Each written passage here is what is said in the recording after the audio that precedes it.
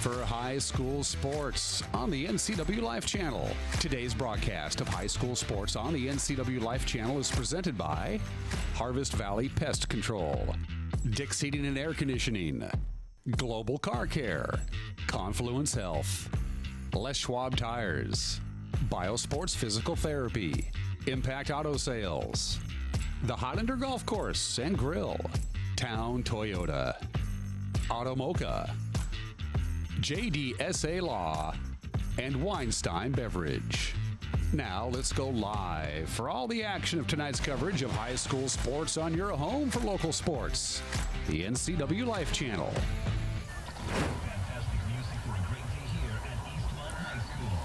Good evening, football fans, and welcome to Wildcat Stadium here in East Wenatchee. Along with Grant Olson, I'm Eric Grandstrom. It doesn't get any bigger than tonight. Not only is it the battle for the bridge of sportsmanship, it's a battle for Big Nine supremacy. They started the season 14 weeks ago in the middle of August across the state, and every team in the state of Washington had one dream, and that's to make it to the state tournament and maybe win a state championship. Well, both the teams here tonight, Grant, have struggled through the season, and here they are with that chance. And you know what, Eric? We have to be honest. We're supposed to be biased, but we wanted this moment at the beginning of the season. This was the game we were looking at, and it's turned out to be exactly how we wanted it to be. For all the marbles in the Big Nine, it just couldn't be bigger. The atmosphere, you can feel it around here. Yeah. It's going to be great. Crowds are still streaming in here. You still got room if you're coming on down to the stadium here tonight. And for Wenatchee, it's simple. They're in first place right now. They're undefeated at 5-0 in Big Nine play. They win the league championship all alone, and they're the number one seed heading into the state tournament. And you know what? They don't want any part of a three-game playoff on Saturday. They really don't, because you get into something like that, anything can happen. Wenatchee could be on the outside looking in, and a great team like Wenatchee's been this year, they don't want that. But Eastmont, on the other hand, playing for their lives here tonight. They really are. Eastmont wins. They'll force a mini playoff on Saturday between Eastmont, Wenatchee, and Sunnyside in Moses Lake at Lions Field that starts at 1 o'clock. We'll tell you more about that as we continue here on the program here tonight. We've got Steve Oak, the voice of the Wildcats for 20, 30 years, who knows how long. We'll ask Steve about that coming up on the pregame show. We're also going to announce something very special that's back again this year, and we're happy to be part of it here on the NCW Live Channel. And, of course, the coaches, the players, and the kickoff. It's all coming up. It's the Bridge of Sportsmanship broadcast here live on the NCW Live Channel. Are you ready for some football? We are. Come on back.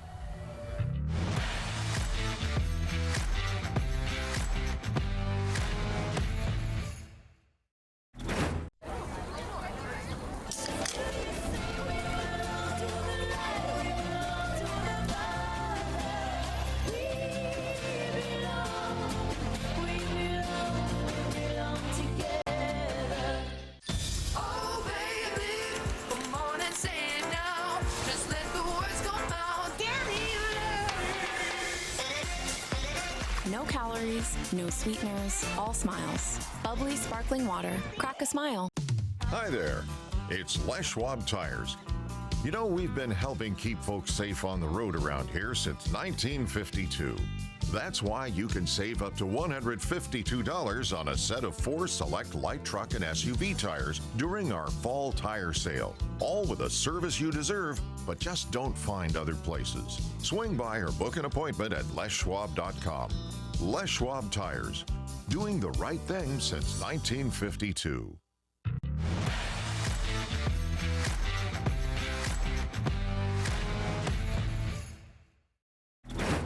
Welcome back to the Bridge of Sportsmanship pregame show. I'm Eric Grandstrom, joined by the voice of the Wildcats for how many years, Steve Oak? Well, this is year number 27. Oh, my God. How about that? Well, you've seen a lot of football along the way, including this season for the Wildcats.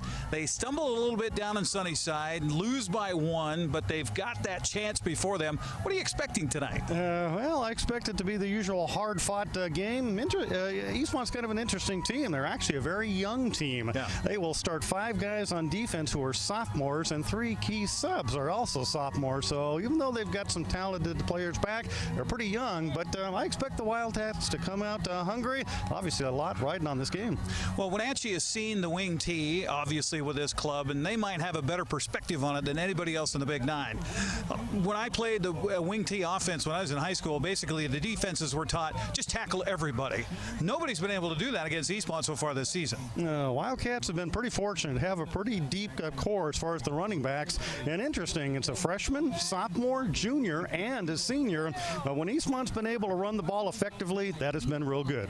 So both teams have had the propensity for big plays. Now, I asked the coaches, and we're going to hear that in a little bit here on the pregame show, that they're not expecting big plays to happen tonight. I am, though. What about you? I totally agree with you. I think this game comes down to who takes care of the ball the best and who makes the most big plays. Because in a game like this, expect anything and everything. And isn't it interesting? This is a complete reverse of what the situation was a year ago across the river. Very much so, you bet. Wenatchee's in the catbird seat, so to speak. When Eastmont, they got to have this ball game if they want to keep playing. And their record, they've had a good record, but tough when you got three teams for only 2 spots. Well, we had to get a crowbar to get the Bridge of Sportsmanship trophy out of Russ Waterman's hands. It will be delivered to one of these 2 teams here tonight, and there's so much on the line. We're going to take a break with the pregame show. Steve, thanks for joining us. Have a good call tonight. Thank you. We'll come back with more of the Bridge of Sportsmanship pregame next on the NCW Life channel.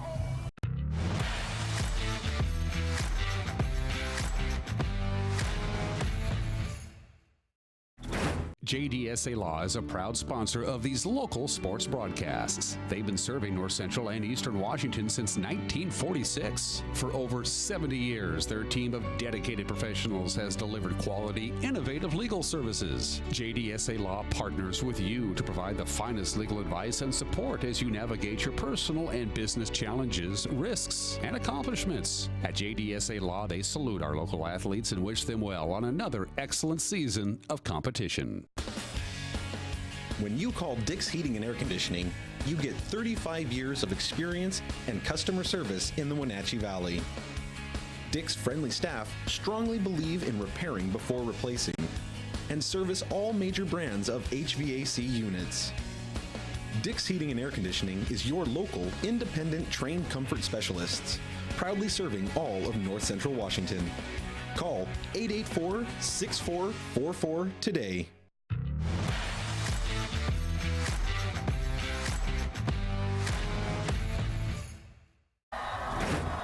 Welcome back to our pregame show here on the NCW Life channel as we get ready for the Bridge of Sportsmanship. We've got the Eastmont Wildcats behind us, and in front of us we've got the Les Schwab Community Toy Drive banner, and with Les Schwab we've got Mike McCarty here, and we're proud to say the NCW Life channel is part of this amazing event again. Mike, thanks for joining us. Thank you so much for having us again this year. You know, your support, KKRV, our media broadcasting is so important to get our message out every year, and I thank you for that. Thank you very much. It's hard to believe the amount of people that have been helped, the amount of kids that have been helped right here in the Wenatchee Valley. The numbers are staggering. First, it's kind of sad that many kids would go without a Christmas toy, come Christmas time. But the need keeps on growing, and we keep finding out more about other organizations here in the Valley that we could help. It's amazing how much we've grown as a committee and a foundation. And you're right, we've helped over to 2,200 kids so far in the past couple years, and we've distributed over 7,400 toys. Gosh. And we're not done yet. We've got a lot of work left to do. It's hard to believe that another year has passed. The ramp up really begins, we announce it tonight, but Thanksgiving week, right? Correct. Monday the 25th, we start our broadcasting and media and getting things stirred up. And then November 30th, we'll be hooked on toys from 10 till 3. And then we'll also be at the Wenatchee Wild game that night for the Works Gym night down there at Wenatchee Wild. Well, and it wouldn't happen without the support of our community to donate, and boy, do they donate. If it's not a new toy, it's cash, it's help with us doing the sorts and everything else. Man, it's incredible, this barrage of good feeling that happens every year. It does. It's a really good feeling. And you know, when you get involved with your community and you've got great partners like the NCW Live channel, KKRV, Sangster Motors, Vita Green, Hooked on Toys, Works Gym, Valley Tractor, Kubota. It's just amazing what kind of power we have behind this, and then with the community support, phenomenal. Be on the lookout soon for some big wrapped boxes that say the Les Schwab Community Toy Drive on them. Stop on by Les Schwab if you have any questions, or Hooked on Toys is a great place to also find your tree soon, the tag on the tree, and help out with the Les Schwab Community Toy Drive. Just look it up on Facebook. We've got a new website as well. Yep, LesSchwabCommunityToyDrive.com. Okay. And you can also look us up on the Facebook. We're on that too. All right. Well, Mike, thanks for being here. And thanks to Les Schwab for helping this happen. happen. It wouldn't happen without Les Schwab. No, we appreciate all of your help, too. We really do. Thank you so much. The Les Schwab Community Toy Drive is back here in 2019. Watch for more right here on the NCW Live channel. We're going to take a break, come back, get you ready for the pregame as we're ready for football on the NCW Live channel. We'll be right back.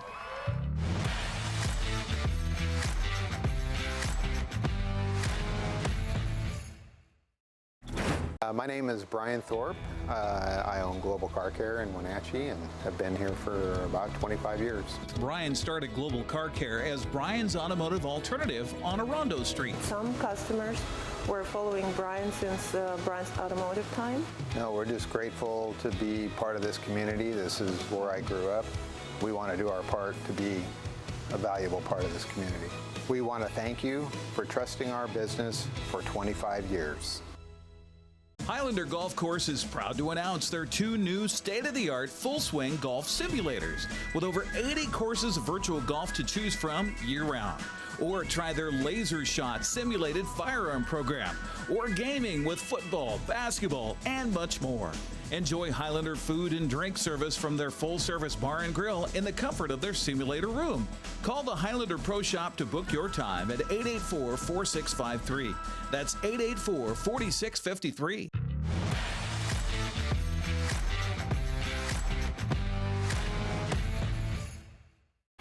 Welcome back once again here to the pregame show for the Bridge of Sportsmanship. They're announcing the seniors behind us. It's senior night for Eastmont High School. Man, there's a lot going on the line here tonight. Oh, my gosh. It's just crazy atmosphere.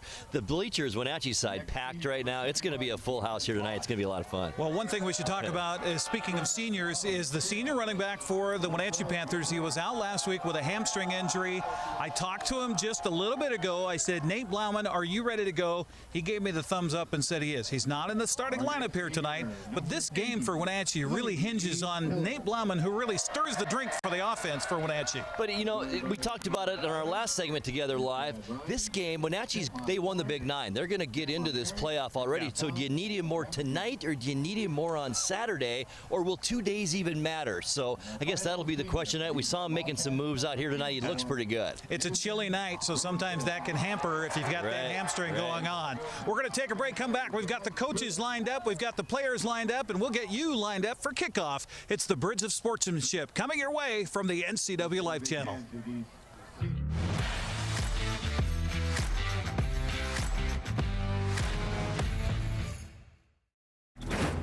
Pregame show continues here before the Bridge of Sportsmanship between Eastmont and Wenatchee, and talking with Michael Don, head coach for Eastmont. Well, Coach, here we are. The week is here. How goes the preparation?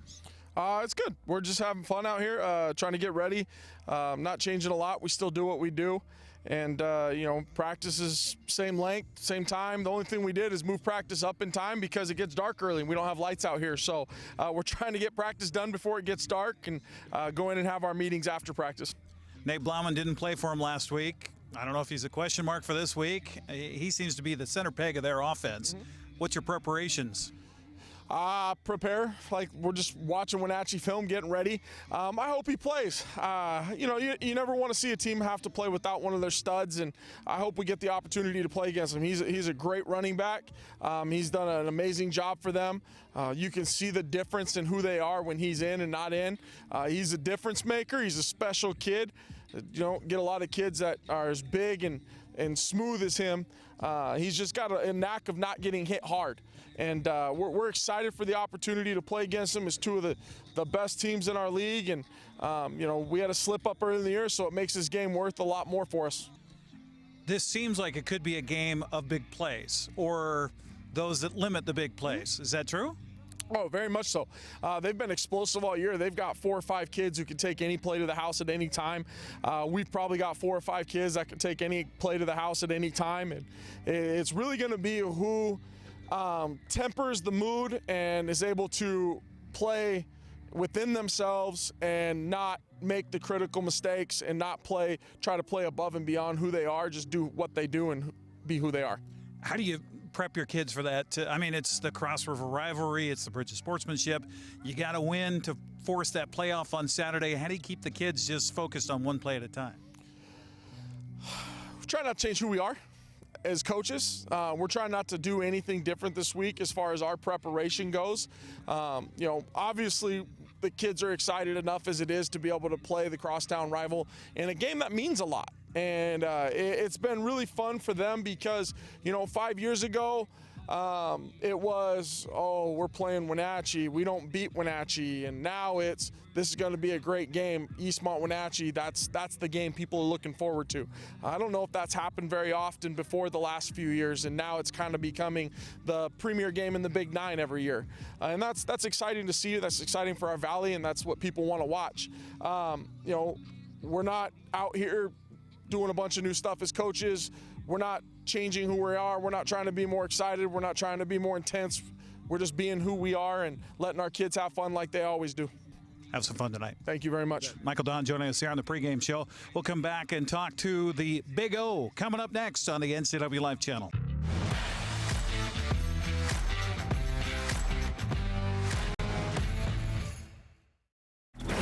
My awesome is being able to share my passion for yoga. I found yoga in my mid-40s to help me kind of de-stress and calm down, and it actually changed my life. Washington Trust believed in me. I felt like, okay, they got my back.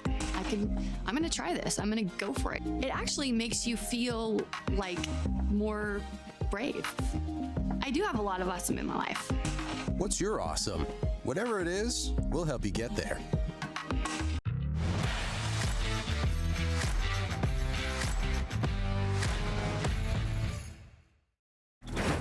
Pregame show continues here on the NCW Life channel. I thought I was going to get the whole offensive line, but they're a little busy at practice. I've got Andrew Snyder here, who's a little under the weather. You're going to be healthy for Thursday? Yeah, I'll be back tomorrow. Okay, all right.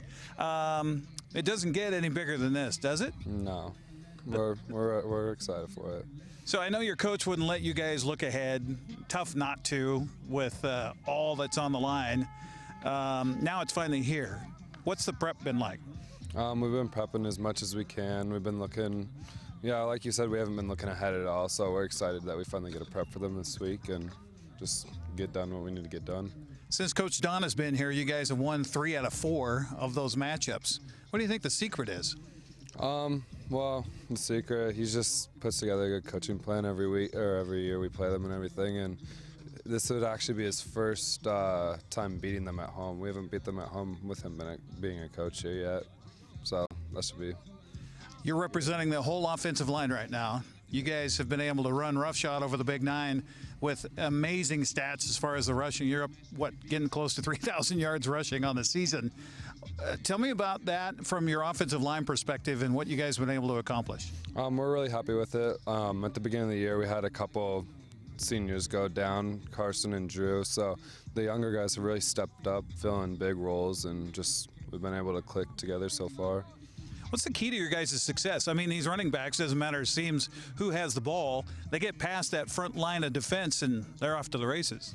Yeah, we just, like I said, we've been clicking. We've been talking and just learning everybody's roles and knowing what everybody's doing, so that helps a lot, too. You look at that defensive line and the linebacker crew for Wenatchee, what do you expect? Expect them to play hard. The linebackers for Wenatchee flow upfield pretty hard and stuff, so we're ready for all that. And then their two outside guys are really tall, and we're ready for that. So what's the key to that? Just stay low? Yeah, just stay low, drive all 8 seconds to the whistle, whatever it takes. Keep them from the play, do whatever we have to do. So I asked your coach, how do you not get too far ahead of yourselves and just concentrate on one play at a time? I mean, there's a playoff chance on the line. There's maybe a mini playoff on Saturday and all that stuff. How do you just focus play to play? Well, we just play every play like it's our last play, whether it's first down, second down, third down. We have to give it our all. That way we can just get better for the next play, and every opportunity we have to go 100%. Okay, every time I talk to these guys, I want to find out a little bit more about you, the non-football player. So what do you like to do?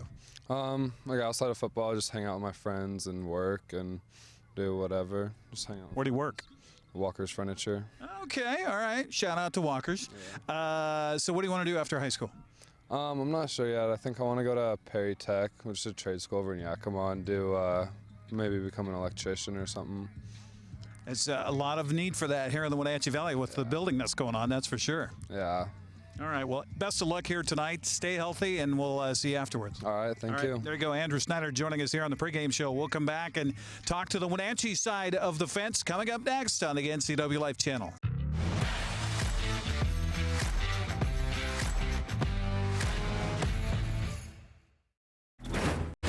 When the people you serve are your friends and family, you see the world a bit differently. You understand that your survival depends on the health and strength of your relationships. Your word is your reputation, and that doing the right thing is the only way of life that matters. At Confluence Health, we remain humble. Trust is a gift that is earned, a privilege, an honor. And we remain grateful for the trust you place in our hands.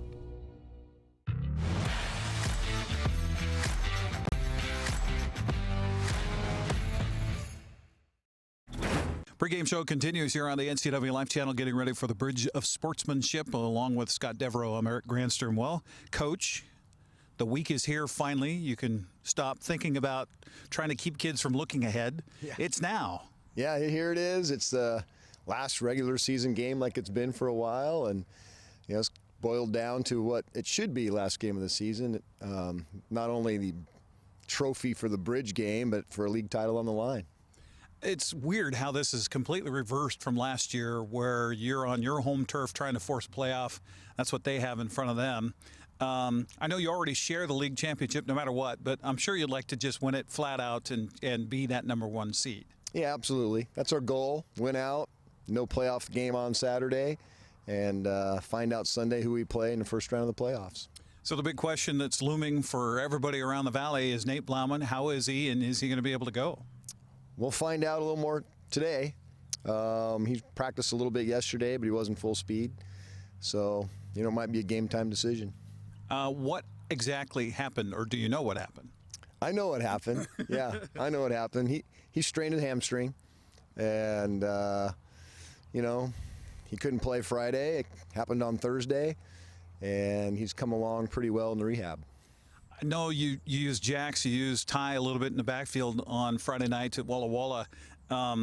Your team looks a lot different without Nate back there, that's for sure. Yeah, he's probably, might be the league MVP in my opinion, and not having him out there hurt. Walla Walla did some things to our offensive line that hurt more probably for the running attack, but whoever carries the ball tomorrow's got to do their job. And the guys up front got to do their job, and that's the way the game works. So this game, to me, both teams are capable of the big plays. So is that it as far as this game? Limit the big plays? No, I don't think so. You always want to limit the big plays. We talk about that, explosive plays, we call them. With Eastmont, they run the ball so well with so many different guys. We want to get them in long yardage. It's really important to win first down this week. And for us, we want to keep them off the field. So I don't care if we run the ball for 3 yards a shot. We want to keep their offense off the field and make it a long night for them. How do you prep the guys on it not being too big of a moment for them? That's something we try week one. We tell them all season, prepare every game like it's a championship game. So when you get to a championship game, nothing's really different. You've been preparing mentally all season for that. So I can say that till I'm blue in the face, and teenage boys are teenage boys, and we've had a pretty good week of practice. And so hopefully that just rolls right into game night. Well, best of luck here tonight. Keep everybody healthy. We'll talk to you afterwards. Thank you. All right. Scott Devereaux joining us here on the pregame show. We'll come back and talk with one of the Panthers about the ramp up to this one, Bridge of Sportsmanship, coming up next on the NCW Life channel.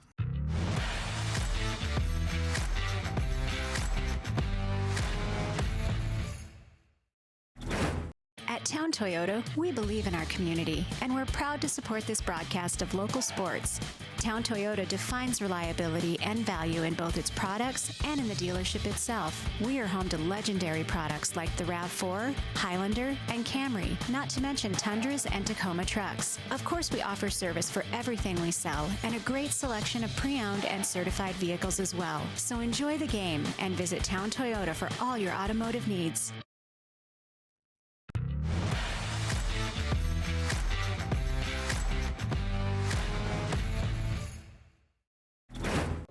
Pregame show continues here on the NCW Live Channel as we get ready for the Bridge of Sportsmanship, Eastmont and Wenatchee. And we've talked to the East Side offensive line representative, and now we have the West Side offensive line representative, Sim Cass. Well, Sim, despite what happened Friday, let's talk about this season. You guys have done really well, I think, up front. Yeah, for sure. We've come a long way from the beginning of the season, for sure. All credit to Coach Jags. He's a great coach. I love him.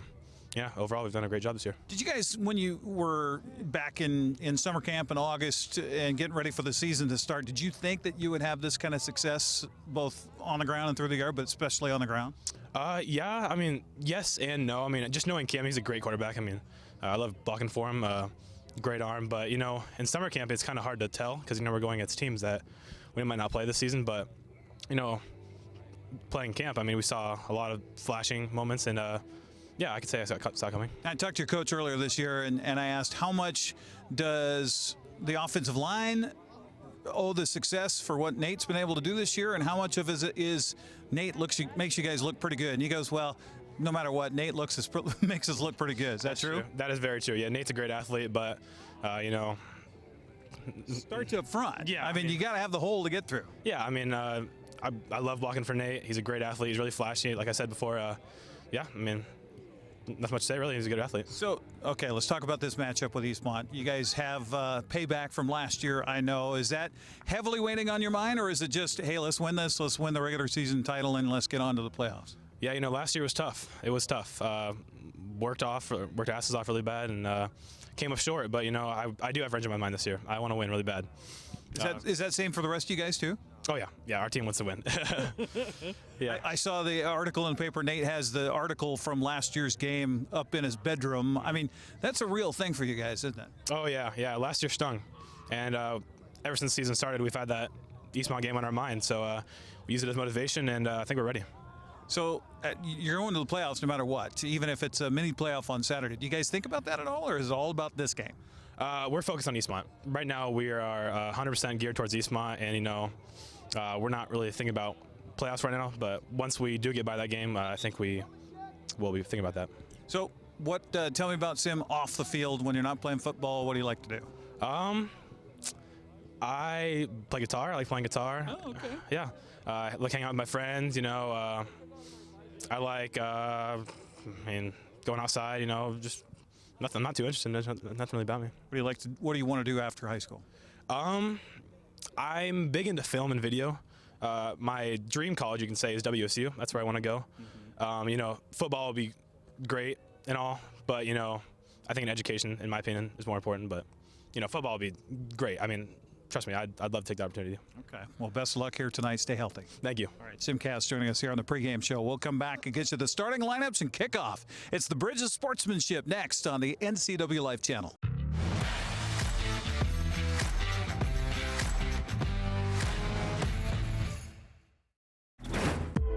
My awesome is being part of the Nez Perce tribe. We have a tourism company, and we highlight the history and culture of the Nez Perce people. I found Washington Trust Bank because they were very involved in the community. They believed in me. They definitely saw the need for this in our region. All the folks at Washington Trust Bank are phenomenal. They've done such a wonderful job helping me along my journey. What's your awesome? Whatever it is, we'll help you get there. Hi, I'm Ricardo, and this is Amanda, and we are from Impact Auto Sales. Where you can expect a hassle-free car buying experience. With our wide selection of used cars, trucks, and SUVs, let one of our friendly sales staff help you find the vehicle that fits your lifestyle. We have financing available for all credit types and great low rates for first-time buyers. Call us today at 888-8000 or stop by 3522 State Highway 97A in Wenatchee. Impact Auto Sales, where we strive to make an impact on your life and not your wallet.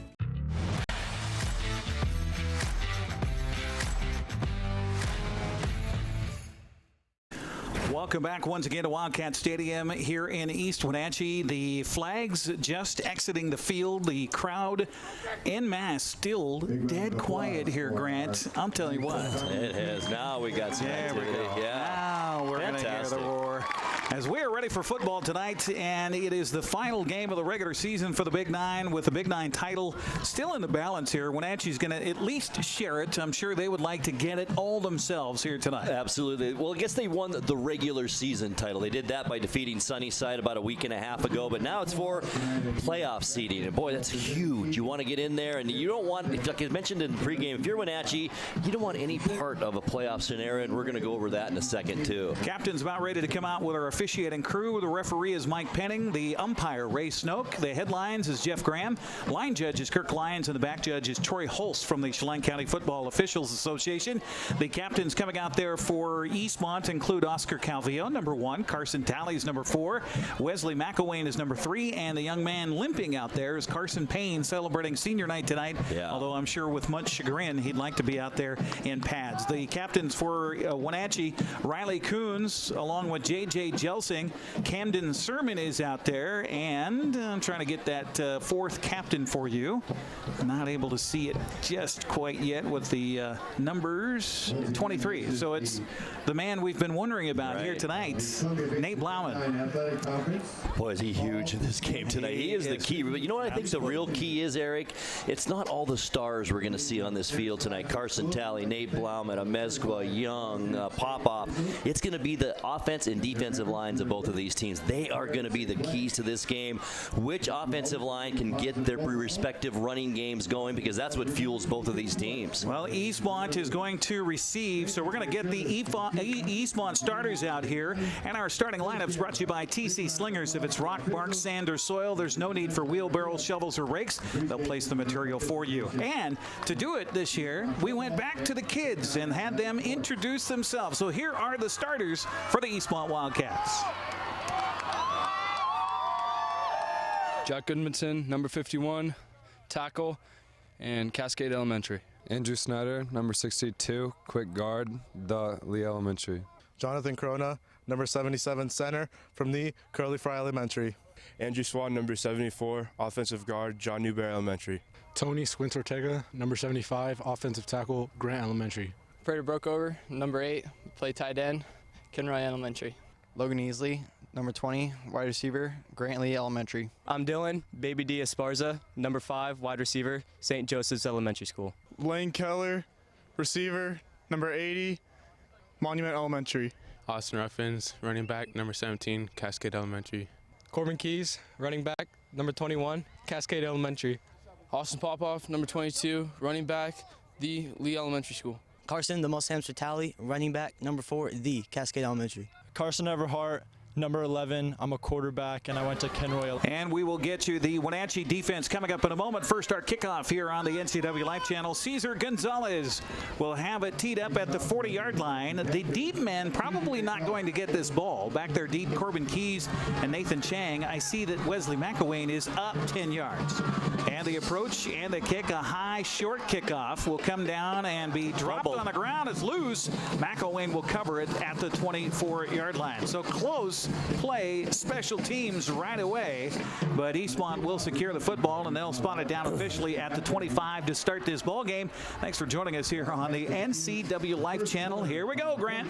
Can't wait. The number 1 rushing defense in the Big Nine against the number 1 rushing offense, and here we go. The final game of the season for all the marbles. Could you ask for more than this? Well, you got the offensive starters for Eastmont. We'll get you those defensive starters coming up when we have a gap in the action, which who knows if we'll get that or not. Carson Everhart will set up the offense here. How about this formation? 4 receivers in a bunch formation wide to the left, and Everhart's going to keep it right up the middle, and he is stopped and driven back. And one of the first to get there for the Panthers is Alex Dorton, the 6'2", 230-pound senior. He and a host of white jerseys stuff him for maybe a gain of 2 yards on the play. That was a very fortuitous mark of 3 yards on that play, but I'll tell you what, Lloydhammer just stuck Everhart. They're about the same height, so he can get to him. 4 receivers again to the wide side of the field, and Everhart again going to keep it right up the middle. Well, we heard that from Coach Devereaux in our pregame show. He'd be happy with 3 yards in a cloud of dust all night long. Well, maybe Eastmont has adopted that philosophy as well. It'll be 3rd down coming up from just outside the 30, call it the 31. Now watch some dipsy-do here in this wing T offense by Eastmont. We'll see Tally here very soon. Logan Easley split out wide to the left. He's got two wing backs. One in motion is Tally. He'll actually shift back to the backfield along with Austin Popoff back there.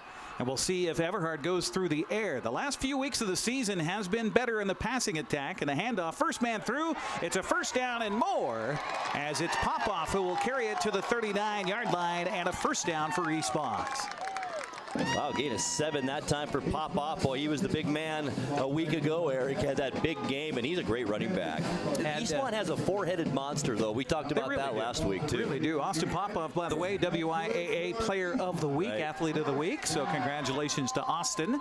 First down and 10 for Eastmont. First possession of the ball game just underway. Scoreless here in the first quarter at Wildcat Stadium. Great crowd on hand here tonight. Everhart under center again as he has a long count. Lloydhammer trying to cheat in from the left side. Handoff again. Big hole. Big hole across midfield to the 40. It's a foot race to the 30. And he's going to be finally tackled down at the 21-yard line. Huge gain for Eastmont. First down deep into Wenatchee territory. 39 yards for Austin Popoff. All the way down inside Panther territory now, down to the 21-yard line. What a hole over that left side of the offensive line. First down from the left hash mark at the 21, and there was a huge hole over there, Grant. Wide receiver split out wide to the right here will be Keller, I believe. It is. Everhart looking at 1st and 10. Four-man defensive front for Wenatchee. Turn, handoff, but the whistles are going to sound first. We got our first flag of the game, and it's coming against the offense, I believe. It is. How about the handoff? The play never happened, Eric, but it was to the freshman, Austin Ruffins. And how must he be feeling his first Bridge of Sportsmanship, Battle of the Bridge games tonight? You think there's little butterflies going in the freshman Ruffins tonight? I think so. Our broadcast tonight brought to you in part by Washington Trust Bank. Whatever your awesome is, they'll help you get there at Washington Trust. First penalty of the game, and that's something that Eastmont has tried to reel in this year. They have had the bugaboo when it came to penalties. They're a little excited right now, Eric. They got a good drive going. 1st and 15 now from the 26. We'll see if this hampers the drive. Man in motion is Ruffins. They'll fake the pitch to him and then hand it off to Popoff, and he'll have a gain back to the original line of scrimmage, back to the 21, a gain of 5 yards. So with that big run for Popoff, 3 carries, 51 yards already in this first drive. His average carry per attempt is, what is it here? I'm looking it up. 8.1 yards per carry, and his 10 touchdowns came in with 687 yards. That's good enough for 5th in the Big Nine in rushing. 2nd down and 10 after the penalty on 1st down. Ruffins again in motion, movement up front by the defense, and now Everhart's going to turn and look over to the sidelines on what they want to run here on this 2nd down play. Maybe a first pass of the game. Nope. Handoff, Popoff in the middle. Gain is short to the 19. And a good job up front defensively there for the Panthers is Camden Lloydhammer. Boy, the Lloydhammer brothers have had a season. Boy, they really have. I think it was Ruffins on that carry, too, for only a couple. But, boy, I love them as bookend defensive ends. They've got Bouchon in there who's been playing fantastic football. But I'll tell you what, they're great bookends. 3rd down and long coming up. And I don't know if this is field goal range or not. Gregerson's been doing well. Here's a pitch to Ruffins. Around the side, he gets the first down inside the 10 to about the 7-yard line. Didn't look like there was a lot there, but he's able to get the first down for Eastmont. 12 yards for the freshman around that right side. Took his time, was patient around there, waited for his blocks to kind of open something up for him, and then a nice 12-yard gain, first down. Ruffins will come out as Corbin Keys is in there. He's a wing back to the right. The left wing back is Tally, and Popoff is the fullback here on this 1st and goal from the 7-ball right hash mark. Everhart will send Tally in motion. Here's the first handoff to him tonight, and not much happening inside. Wenatchee does a great job up front. Andy Jimenez, the first of many white jerseys to get in there. St. John as well, and it will be 2nd down and goal. No gain on the play. Surprisingly, kind of, isn't it, Eric? First time we've seen Tally touch the ball tonight. He's been the leading rusher all season long with 1,202 yards, a 9 .0 average, and I'll tell you what, they can run the ball. With Blauman out last week against Walla Walla, Popoff got real close. He was, 30 yards behind him coming into the game for the lead in the Big Nine. Yep. Second and goal coming up just outside the 6-yard line. Again, Tally in motion. They're going to go in reverse, and the handoff to Keys is into the end zone. Touchdown, Eastmont. The Wildcats strike first here in the Bridge of Sportsmanship. I'll tell you what, they made that drive look easy. I mentioned it would be the wills of the line here in this game tonight. Both lines. I'll tell you what, the Eastmont offensive line showed who was boss here on that first possession. Mago will come in for the extra point. Oscar Mago, the 5'5", 190-pound junior. The kicking game has been a little interesting for Eastmont here this season. He will kick out of the hold of Chance Garcia, and the quarterback, Everhart, is the long snapper. High snap, spot down, the kick away, and it is good. We'll take a 60-second break and come back with 7:12 to go here in the first quarter. Eastmont leads it 7-0. You're watching Big Nine football on the NCW Life Channel.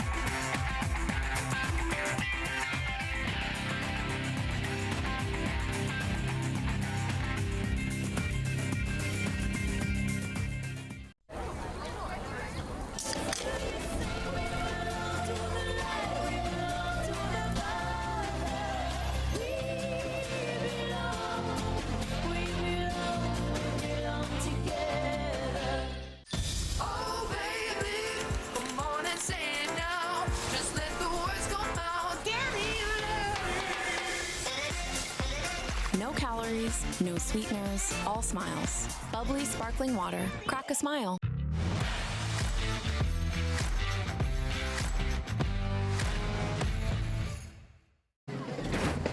And here we go with the ensuing kickoff after a great drive for Eastmont to start this football game off. The Wildcats lead it 7-0. Gregerson's line drive kickoff will be taken at about the 7-yard line on the return up the far sideline to the 20, and then belted hard by McElwain. It's Esquivel on the return. He'll bring it out to the 24-yard line, and that's where Wenatchee will start its first drive. The drive for Eastmont, by the way, 9 plays, 75 yards, 3 minutes, 45 seconds off the clock.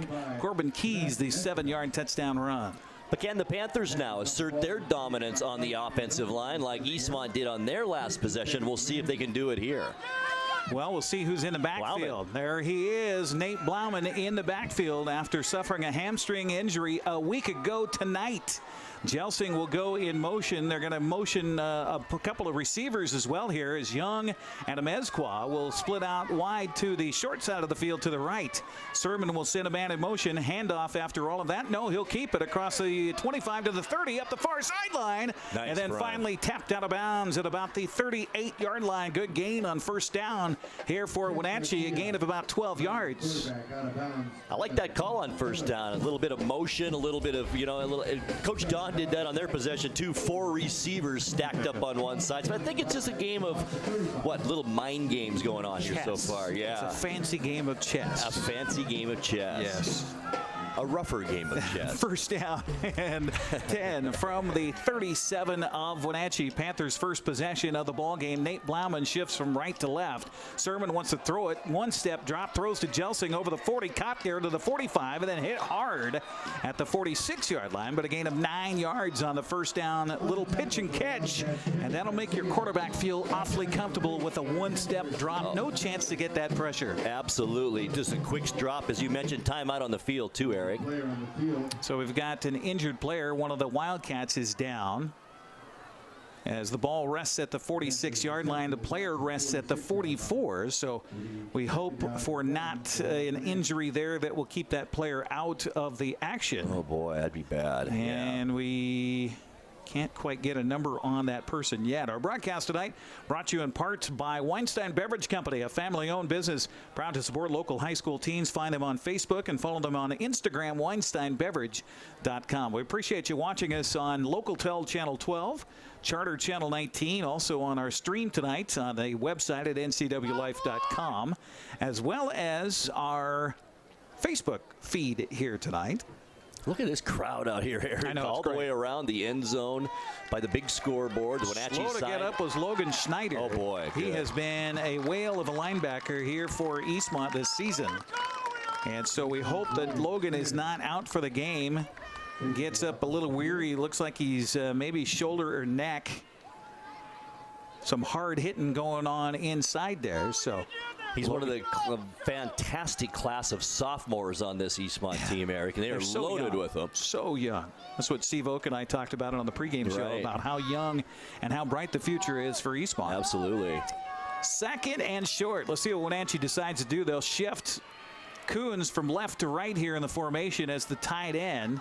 This kind of opens up your playbook. 5-man defensive front. Eastmont's going to cheat. Here, handoff Blauman first of the game, and he's got the first down, but that's about all. As he stood up nicely by the Eastmont defense, Max Prazer will come in to make the stop, but not before Blauman picks up 3 yards and a first down. And, you know, this might sound weird, but that first hit on Blauman in 2 weeks felt so good to him. I guarantee you, he's kind of back in the flow again. He wants to keep that leg going tonight, but that felt good, believe it or not. That's something that Coach Devereaux said that they were talking about last week and coming into this game, and Nate was feeling like he was letting his team down, and he didn't know if he could take the hits. Right. Devereaux says, well, they don't hit you in the back of the hamstring. They hit you around the shoulders and in front of the legs. You should be fine. Right. Winding our way halfway through the first quarter of play here, and a 7-0 Eastmont lead. They're going to hand it off to Obadiah Young coming around the right side. Jelsing over there blocking, but a nice job by the Eastmont defense to string him out of bounds, as that was Wesley McElwain who takes him out. It'll be a decent gain of about 6 yards on first down, brings up 2nd down and 4. And what a block by Cass Sim on number 75, Tony Ortega. He put him on his backside, and a beautiful block coming out by the junior. Sim Cass. Why do I keep saying that? Because it says sure. that here, right? Oh, it does? It does. Oh, okay. Yeah, well, that might be why you say it. And I know better. I'm sorry. That's okay. Okay. Hello, Aaron and family. Yeah, that's right. All right, 2nd down and 4 coming up for the Panthers. Sermon gets the defense to jump, and that's going to be a flag against Eastmont, and that'll be the 2nd penalty of the game against the Wildcats here for a neutral zone infraction. Sermon's good at that. He is good at that, and that'll give Wenatchee a first down, by the way, on the penalty. Easy way. Down at the 40-yard line of Eastmont now. They'll take it. Our broadcast brought to you by Jefferson Danielson, Son, and Aylward Attorneys, delivering quality and innovative legal services to North Central Washington since 1946. Online at jdsalaw.com. Here comes Wenatchee on its first possession of the game. First down from the Eastmont 40-yard line. Camden Sermon took a look at the defense. A 4-man down defensive front. 2 linebackers about 5 yards back looking for the pass. Back to pass goes Sermon. Looks right, throws right, looking for Coons, and overthrows him at the 10-yard line.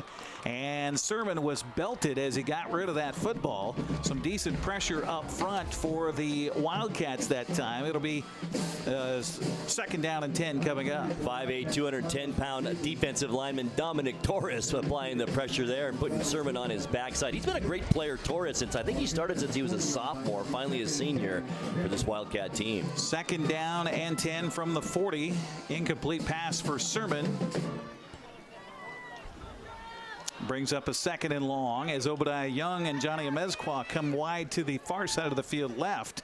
And they're going to do a counterplay to look out. Blauman to the 40, 35, 30. Hit there, but he won't go down. Still on his feet at the 25. Inside the 20, down to the 18-yard line. Nate Blauman, I think, is feeling just fine. 22 yards there. That is a Nate Blauman run that we are used to seeing. All power as Blauman, that nice 22-yard gain. They'll put him down at the 19.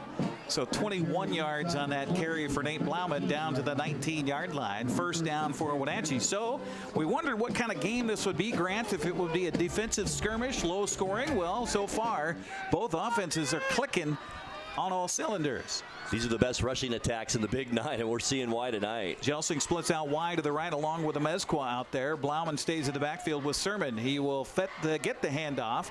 Right side gets out of one tackle and somehow squeezes his way inside the 15 to the 14-yard line. How does he get away from those would-be tacklers? He's a sidewinder, Eric. We've talked about it. He's like one of those sidewinder rattlesnakes you see out on the prairie. He just gets away, gets through all the pressure.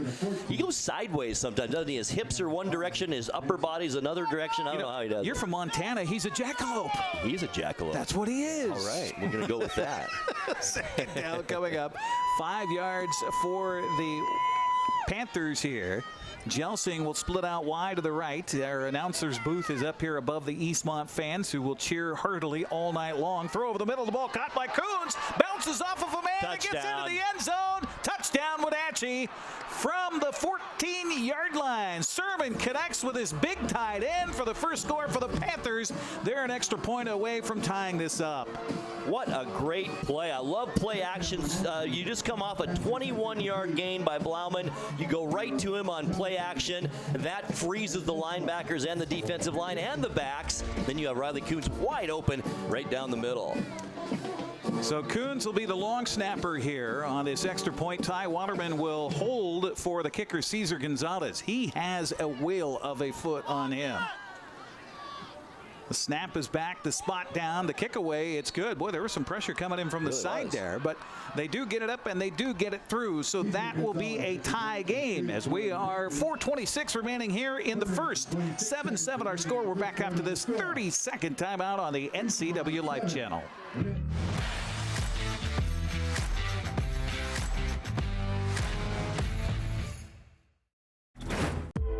My awesome is being part of the Nez Perce tribe. We have a tourism company and we highlight the history and culture of the Nez Perce people. I found Washington Trust Bank because they were very involved in the community. They believed in me. They definitely saw the need for this in our region. All the folks at Washington Trust Bank are phenomenal. They've done such a wonderful job helping me along my journey. What's your awesome? Whatever it is, we'll help you get there.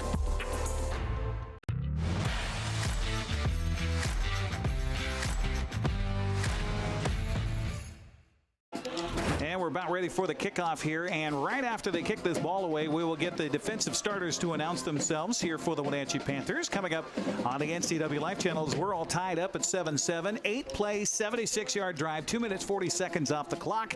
And it was a Sermon pass to Coons for the touchdown, all tied at 7. You know, Eric, we talked just a little bit ago off air. I love how both these teams came out and just kind of hit each other in the mouth right off the bat.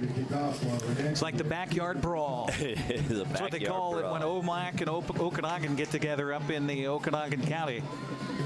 It's interesting the terminology for this one here. Squib kick will be going through the legs of one man, picked up at the 20 on the return. 30, watch out, 35. It's McElwain. McElwain out to the 40-yard line. He's so dangerous. While we wait for the teams to come out, let's get the Wenatchee defensive starters to introduce themselves. Cesar Gonzalez made the tackle for the Wenatchee Panthers. Eastmont has the ball at the 40. Chase Lloydhammer, a.k.a. the Hammer, number 55, defensive end, Washington Elementary School. Sal St. John, number 45, linebacker, Washington Elementary. Ty Waterman, number 6, linebacker, the John Newberry Elementary. My name is Joshua Shong. I'm number 85. I play outside linebacker. I went to elementary school at Sunny Slope Elementary. Malik Simeon, number 5, free safety, and Lee Elementary. Sebastian Esquivel, number 1, corner, Johnny Ray Elementary. And there you have the defensive starters for the Wenatchee Panthers. Our starting lineups brought to you by TC Slingers. All right, here we go. Everhart and the Eastmont Wildcats, good field position at their own 40-yard line to start their second drive of the game. Keys goes in motion. They'll hand it to him left side. He gets through the first initial front, but then is swallowed up by the defense after a 3-yard gain. But again, I think if you're either team here, you're going to be happy with 3 yards in a cloud of dust. It was Lloydhammer and Dorton combining on the tackle for Wenatchee. You know, the push that both of these lines are getting right now is kind of surprising because on the other side of the ball, both defensive lines are pretty stout too. So the offense ruling the show so far tonight. Second down, and they'll call it 6 after a 4-yard gain on first down.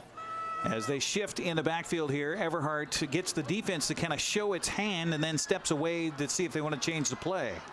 He'll take the snap, turn, hand it off, and I believe this is Talley up the middle. And look at that push as he gets a first down. They finally push him back, but not before he crosses midfield to the Wenatchee 47-yard line. 9 yards just like that for Talley. Didn't have any yards on his first carry, made up for it there. And the Wenatchee defense, then the linebackers caught up with him in the backfield, but too late. First down, Wildcats. First down, and defenses have yet to show themselves here tonight. You kind of expect maybe something to shake loose here soon.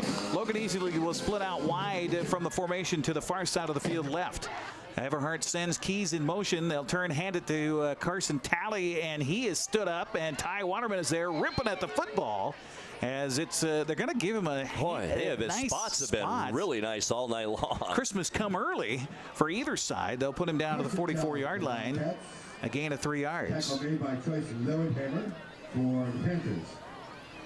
Across the 45 to the 44. Also into the ball game, Dylan Esparza will split out wide to the left here as they shuttle wide receivers back and forth. The tight end is tight to the right. That's Brookover on the right side of the offensive front here on a 2nd down and 7 after a 3-yard gain. Keys again in motion. They'll pitch it to him.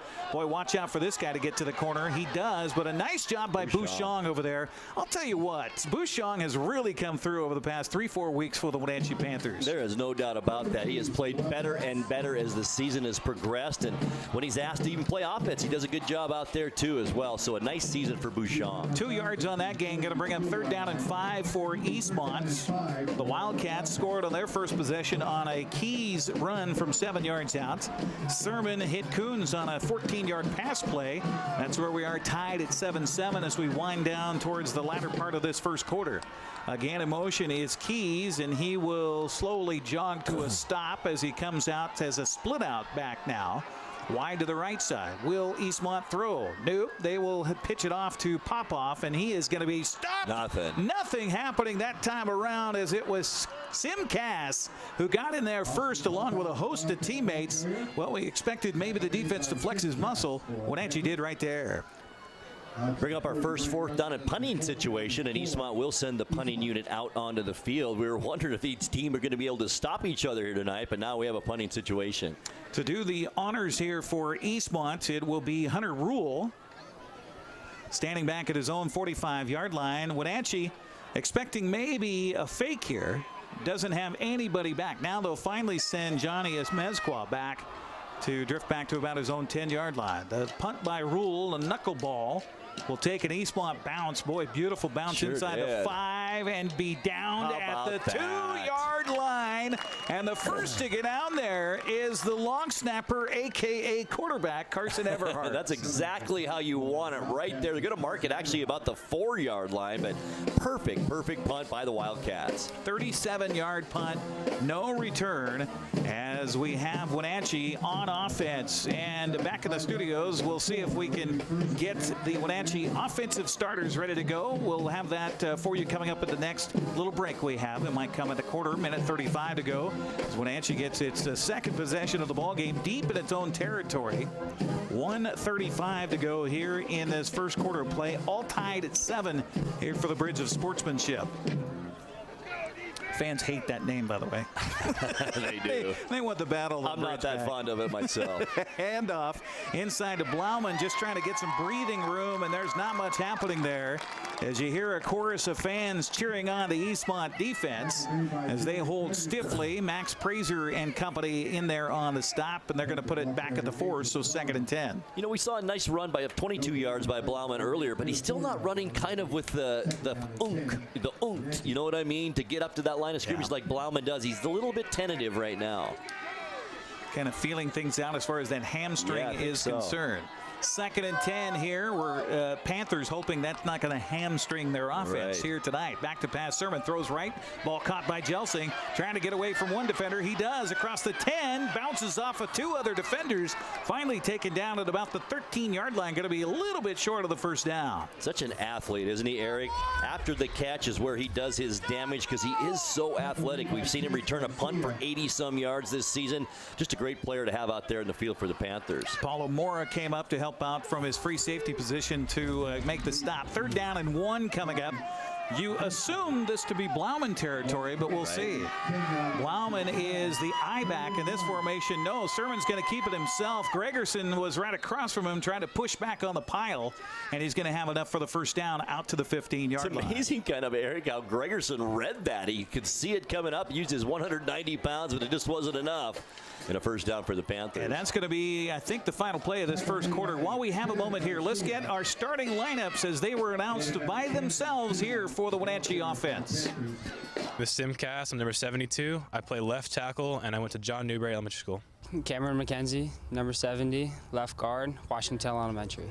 Trey Jaglin, number 71, center, Washington Elementary. Go Eagles. My name is Andy Jimenez. I'm number 74. I play for the O-line and D-line, and I went to Lincoln Elementary.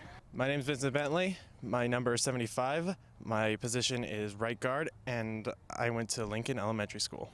Nathan Black, 54, right tackle, Washington Elementary School. Riley Coons, number 84, tight end from Sunny Slope Elementary School. JJ Jelsing, number 11, wide receiver, Washington Elementary. Go Eagles. Obadiah Young, number 3, wide receiver, strong safety, Lincoln Elementary. Johnny Amesqua, number 4, wide receiver and cornerback, Washington Elementary School. Jack Stucker, number 21, linebacker, running back. I went to St. Joseph's Elementary School. Camden Sermon, number 9, quarterback, Sunny Slope Elementary School. Back here once again at Wildcat Stadium. Don't think we're going to have time to get to the commercial break in between quarters here. After one, it's all tied at 7-7. Grant, your impressions? Fantastic game. Couldn't ask for much more. I kind of thought they'd try to establish the running games, both teams. Wenatchee mixed it up with a couple of passes, but I've been impressed by Eastmont's offensive line. Did a great job, especially on that first possession. It'll be first down for Wenatchee to start the second quarter at its own 15-yard line. We've yet to see anybody try anything deep. I guess Eastmont or Wenatchee tried once down the sideline to Coons. They eventually went to Coons on a 14-yard touchdown pass over the middle, but that's about it on the shots so far. So here comes Camden Sermon and company as he has two receivers wide to the left, and he'll fake the handoff, look downfield, wants to throw deep. I just talked about it, and the ball is caught at the 45 and down at the 44-yard line. It is Obadiah Young coming up with the prayer and the first down. 40 yards on that play. Is that right, Eric? Yep. Right away on this drive. But what a pass by Sermon all the way down. Young just had to run underneath it, basically, with that speed he did. And a nice 40-yard gain for the Panthers. Funny, I said, waiting for somebody to go deep. Well, there you go. First play from the 15. Gutsy call there by Coach Devereaux and the Wenatchee coaching staff. Our broadcast tonight brought to you by Town Toyota, your automotive home to quality and reliability in North Central Washington. Sermon standing about 4 yards deep in the backfield, hands it off to Blauman around the left side. Gregerson has a hang on him. They're going to say he's down. Blauman was still trying to fight for yardage. He got it to the 44, so gained just 1 yard. And he went down in kind of a weird way, too, across the way there, Eric. It's one way to hurt a hamstring when it's already sore. Jeremy Gregerson, again, we keep coming up with these platitudes for these players for each side, but Gregerson has been a key cog in that defense for Eastmont. Senior playing in this last Bridge of Sportsmanship game, you know he's going to give it his all. Splitting out wide to the right are Young and Amesqua here for Wenatchee. Sermon rolling that way. Stops, throws, the ball caught. It's Jelsing across the 40, inside the 35, and still on his feet. Finally driven down at the 29-yard line. Big gulp of offense there for the Panthers as they get it to the 29 of Eastmont. Nice 15-yard gain, pitch and catch from Sermon to Jelsing. As we mentioned earlier, Jelsing so good after the catch, and he was once again there. And he looks healthy. He wondered about his hamstring here a few weeks ago. It looks like he is good to go as he will split out as the slot back, or the X-back, if you will, wide left here to the wide side of the field for Sermon, as he will clap his hands, get the ball, keep it himself. Good idea inside the 25 down to the 23-yard line. And they're using, we've seen this before, Nate Blauman kind of as a decoy right now. I like that idea, and why not? You have the leading rusher in the Big Nine. They're going to be keen on him. That opens up a lot of things for you in this game. And Sermon, he's having a game tonight through the air, Eric. 5 of 6, 92 yards and a touchdown. How about that? Second down and short coming up from the 23 after the 6-yard gain by Sermon on first down. Jelsing, Young, and Amesqua wide to the far side of the field to the left here. And here comes the defense stunning up the middle. Sermon pumps, now rolling, now throwing. The ball caught by Jelsing inside the 15, and that's where he's going to be stepping out of bounds at about the 15-yard line.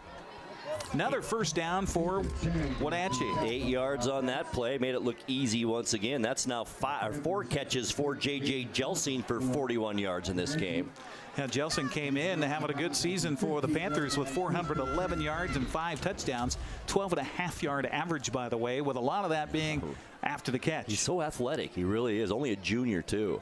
Clock winds here the second quarter, all tied at 7 here in the Bridge of Sportsmanship, or for the fans, we'll say the Battle of the Bridge. As Sermon will break the huddle here, he'll send Amezquah and Young wide left. Now Young coming back to the right. Little counter play inside. Look out, here's Blauman to the 10, standing up and finally driven back at about the 8-yard line. Nate Blauman looked like he might have a sniff at the end zone there, but a good job by Apollo Mora to come up and help out on the stop. Took him high, too. You don't see somebody usually take Blauman down when they grab him at the chest area, but that's what Mora did, and he seemed to corral Blauman there for just a short gain. 7 yards. Well, not short, 7 yards. Yeah. Well, so he's got 6 carries, 38 yards now. Yeah, not bad. Not bad for the league's leading rusher coming in. And he was hoping for maybe a single season record. Wenatchee have to go deep in the playoffs if he wants to do that. Second down and 4 coming up. Sermon wants to keep it himself around the left side. We're looking for the first down yardage. They're going to say he was stopped on his forward progression before he went out of bounds. Right there. Be really close. Needed to. They're going to give it to him. Looking for the white hat to take a look at it. The official on the far side, yes, they're going to say first down. And goal coming up for Wenatchee from the 5-yard line. That's a tough 3 yards right there. Sure was. 4 carries, 23 yards for Camden Sermon. Our broadcast tonight brought to you by Automoca. Visit one of their 6 locations in the Valley, including the only Automoca with inside seating on 5th Street across from the college. What's your Automoca emergency?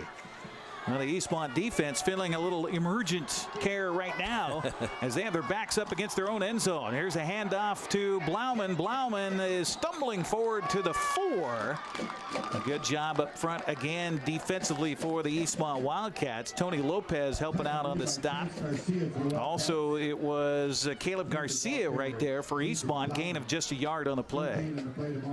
Eastmont's doing a great job on Blauman really so far here tonight. He's had a lot of short gains. He had one big run of 22 yards, Eric, but other than that, it's been 1 yard, 5 yards, 3 yards, runs like that. So they've done a nice job. From what we can tell and how much we've seen him run so far this season, I don't think he's 100%, that's for sure. No, I don't either. They will shift Coons and Bouchon from left to right. See if they try to throw it over the end zone. No, the handoff inside again. Blauman is stood up as he got to the 3-yard line. Eastmont stiffening defensively. Max Prazer first to get there for the Wildcats. Gain of just 1 once again. That's 8 carries now, 40 yards for Blauman. Clock continues to wind with 7:18 left here in the second quarter. Tied up at 7 in the Bridge of Sportsmanship. Corbin Keys gave Eastmont the early lead on a 7-yard touchdown run. Camden Sermon hit Riley Coons on a 14-yard pass play to tie it, but the Panthers trying to take their first lead of the game here on a 3rd and goal coming up from the 3-yard line. Turn, fake the handoff. Sermon rolling to his right, looking in the wide end zone. Open in the middle of the field. Throwing it and catching it, and touchdown Wenatchee. Obadiah Young. You called it. He was wide open, trailing the play across the back of the end zone, and the Wenatchee fans across the way go nuts as Wenatchee takes the lead. Beautiful drag route by Young across the middle. He kind of tried to make himself invisible there in the end zone.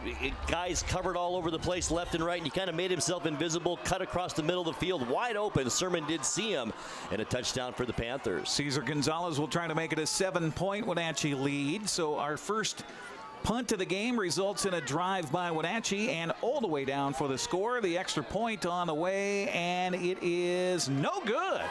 That could be big. That could loom large in this one.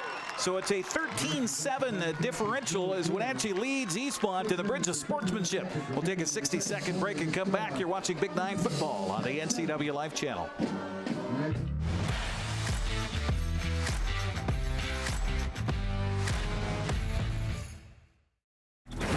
What's your Automoca emergency?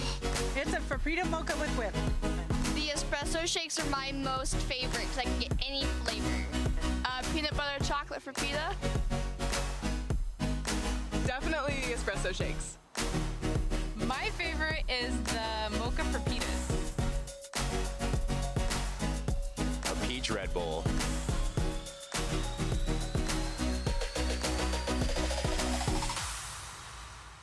Highlander Golf Course is proud to announce their 2 new state-of-the-art full-swing golf simulators with over 80 courses of virtual golf to choose from year-round. Or try their Laser Shot simulated firearm program, or gaming with football, basketball, and much more. Enjoy Highlander food and drink service from their full-service bar and grill in the comfort of their simulator room. Call the Highlander Pro Shop to book your time at 884-4653. That's 884-4653.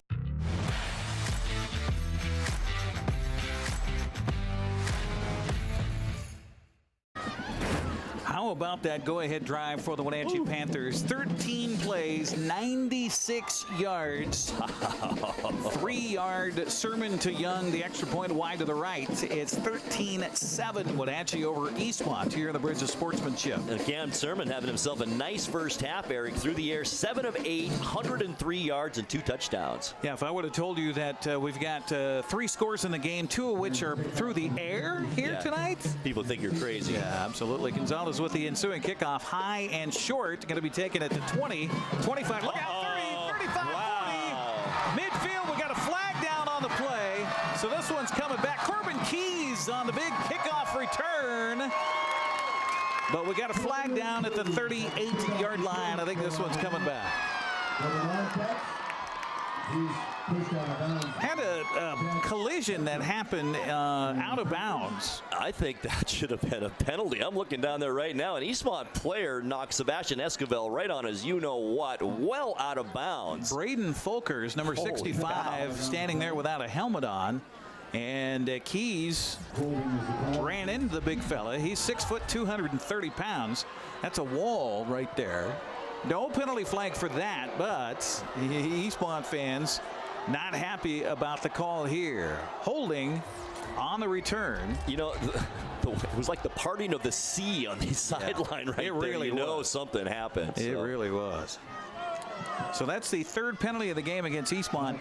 None for Wenatchee. Right. And that penalty gives Eastmont now 20 yards in penalties on the night. So wipe away the great kickoff return by Corbin Keys and put the ball at the 30-yard line. Still decent field position, but it could have been, so much better. Boy, I guess.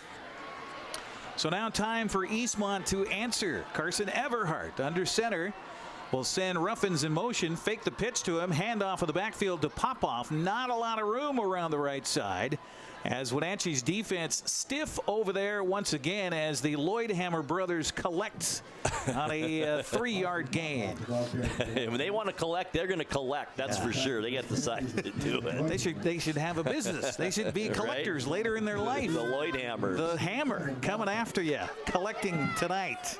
2nd down and 7 coming up after the 3-yard gain by Popoff on 1st down. Talley in motion, hand it to Talley. He's trying to follow his blocker, got room across the 40. Look at him back at the 45. Looking to dance around the 50-yard line. Up the far sideline it goes, inside the 40, down to the 36-yard line. Carson Talley breaks free. Big 1st down. And that wasn't even all so much blocking, even though they did get through the front line. Talley did. Then it was all Carson Talley and his athletic ability. He's been doing it all season long. The way he can slice through linebackers and defensive backs. Amazing, Carson Talley. 30 yards on that run for Carson Talley. 1st down for the Wildcats at the Wenatchee 37-yard line. Man in motion as Ruffins. They're going to pitch it to him, trying to get around the edge. He's got blockers in front. They get around the corner to the 35, 30, 25, and then bumped out of bounds, and now we're going to get a flag down. This could be on a block and not on that hit. The hit was up high, but that was with the hands. And I don't think that was on the hit. There was a block happening down there by a wide receiver. And speaking of the block, Austin Popoff put J.J. Jelsing on his behind to spring that run. And this one's going to be on the Wildcats as well. So down to the 23. That would have been a 14-yard gain. The net will be 4 because the penalty flag is right where the run came to an end. Right. Well, you hate that if you're a ball carrier. 30 yards on 4 penalty flags here against Eastmont. And again, we're live TV, folks. Sometimes people will say things that we have no control over, so I apologize if that's any offense to you. It'll be first down over again for the Wildcats. They'll put the ball at the 33. So a gain net 4 yards for Ruffins on the pitch around the end. First down over again. Turn and hand off to Talley, and he's not going to get it anywhere because Ty Waterman ties him up in the backfield and drops him for a loss of a yard to the 34-yard line. Boy, you don't see Tally for a loss very often, that's for sure. That might be the first time this year we've seen that, actually. Nice play by Waterman. And Ty, it seems like when he gets into the game, he makes things happen for the Panthers. Well, Ty is playing with a heavy heart tonight. His grandfather passed away just yesterday. And so our hearts and minds go out to Russ. It was his father that passed away, to the Waterman family. And Ty out here trying to win one for his grandpa. Absolutely. Second down coming up here for the Wildcats. Handoff, pop-off, dive play, right side, inside the 30, and then driven back at the 29. Going to be a third down coming up for Eastmont as Lloyd Hammer is there. Chase and also Ty Waterman on the stop. 6 carries now in this first half for Austin Popoff. 58 yards, leading rusher for the Wildcats. They'll put the ball at the 28, so a gain of 6 yards on that one.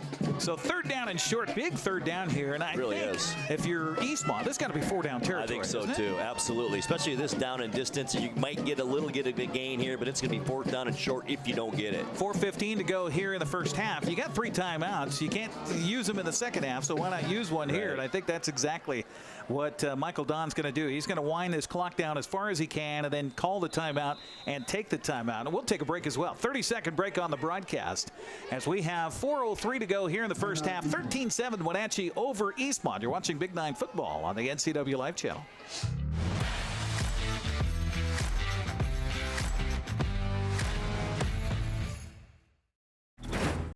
At Harvest Valley Pest Control, we know you are committed to making your home and business a healthy and pest-free place. Hi, I'm David. Give us a call and we'll give you a firm price over the phone and schedule a time that works for you. We will do an in-depth 30-point healthy home or business inspection and craft a customized plan of action designed specifically for your pest issue. Give us a call or visit our website today.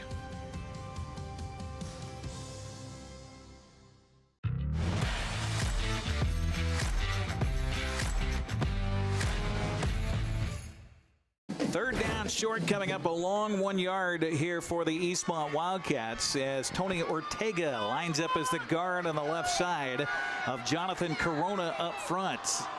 Carson Everhart, the quarterback, will be under center here. And let's see if he keeps it himself. He'll send Talley in motion. They'll hand it to Talley. Counter play. He's got the first down and more inside the 25 to the 24-yard line. Hanging on for dear life, Silas St. John, but not before Talley gets a first down. Nicely designed play by Coach Don and the Eastmont Wildcat coaching staff. You know, you have these 4 great running backs. Your options really are endless for a third down and short situation, and they made it work there. Well, if you're the Wenatchee defense and any defense of the Big 9, pick your poison. Right. Absolutely right. First down and 10 for the Wildcats from the 24-yard line. Ball split between the hash marks here.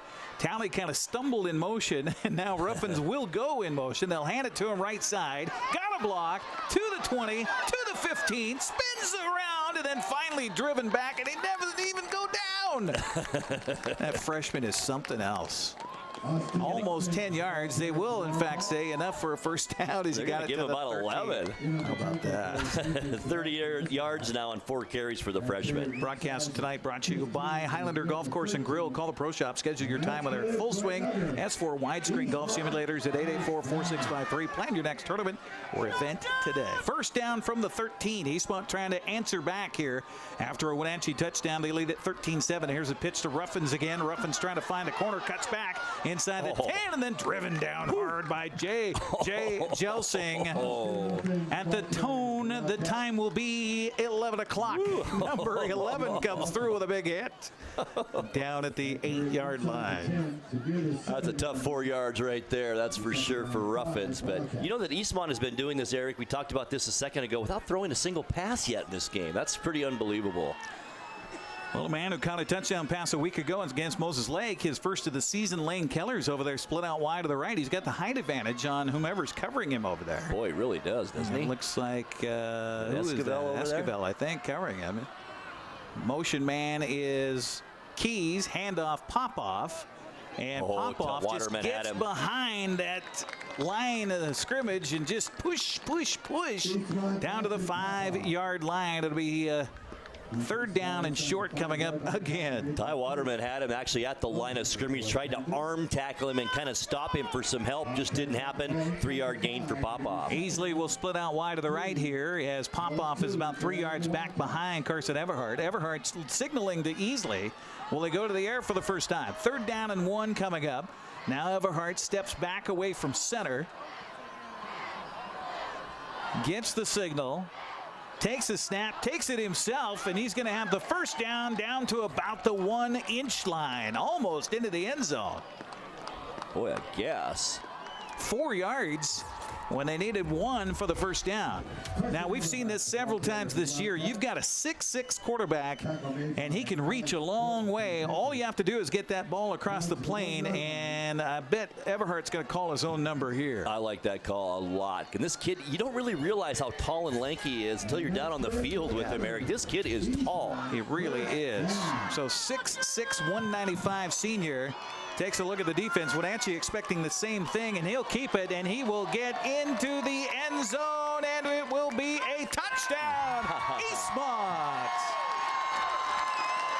1-yard touchdown. That was easy for the 6'6" Carson Everhart, and we are all tied up. And how big could this missed extra point for the Panthers be now if Mago can make this one for Eastmont? This could come down to a very important point. Actually, it's going to be Gregerson who comes in here for the Wildcats. We saw that rotation last week between the two of them against Moses Lake in that big victory, 66-21. They both had plenty of opportunities on the extra points. Snap is back, spot is down, the kick away, line drive, and it is good. And Eastmont regains the lead here, 14-13 with just 1:07 to go here before half. We'll take a 60-second break and come back. You're watching Big 9 football on the NCW Live channel. Eastmont Wildcats.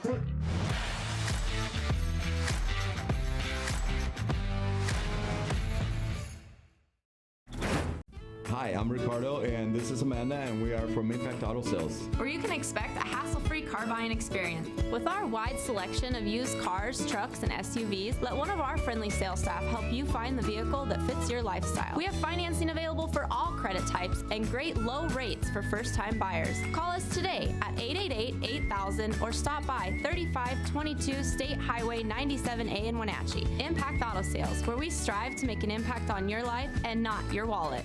My awesome is being able to share my passion for yoga. I found yoga in my mid-40s to help me kind of de-stress and calm down, and it actually changed my life. Washington Trust believed in me. I felt like, okay, they got my back. I'm gonna try this. I'm gonna go for it. It actually makes you feel like more brave. I do have a lot of awesome in my life. What's your awesome? Whatever it is, we'll help you get there.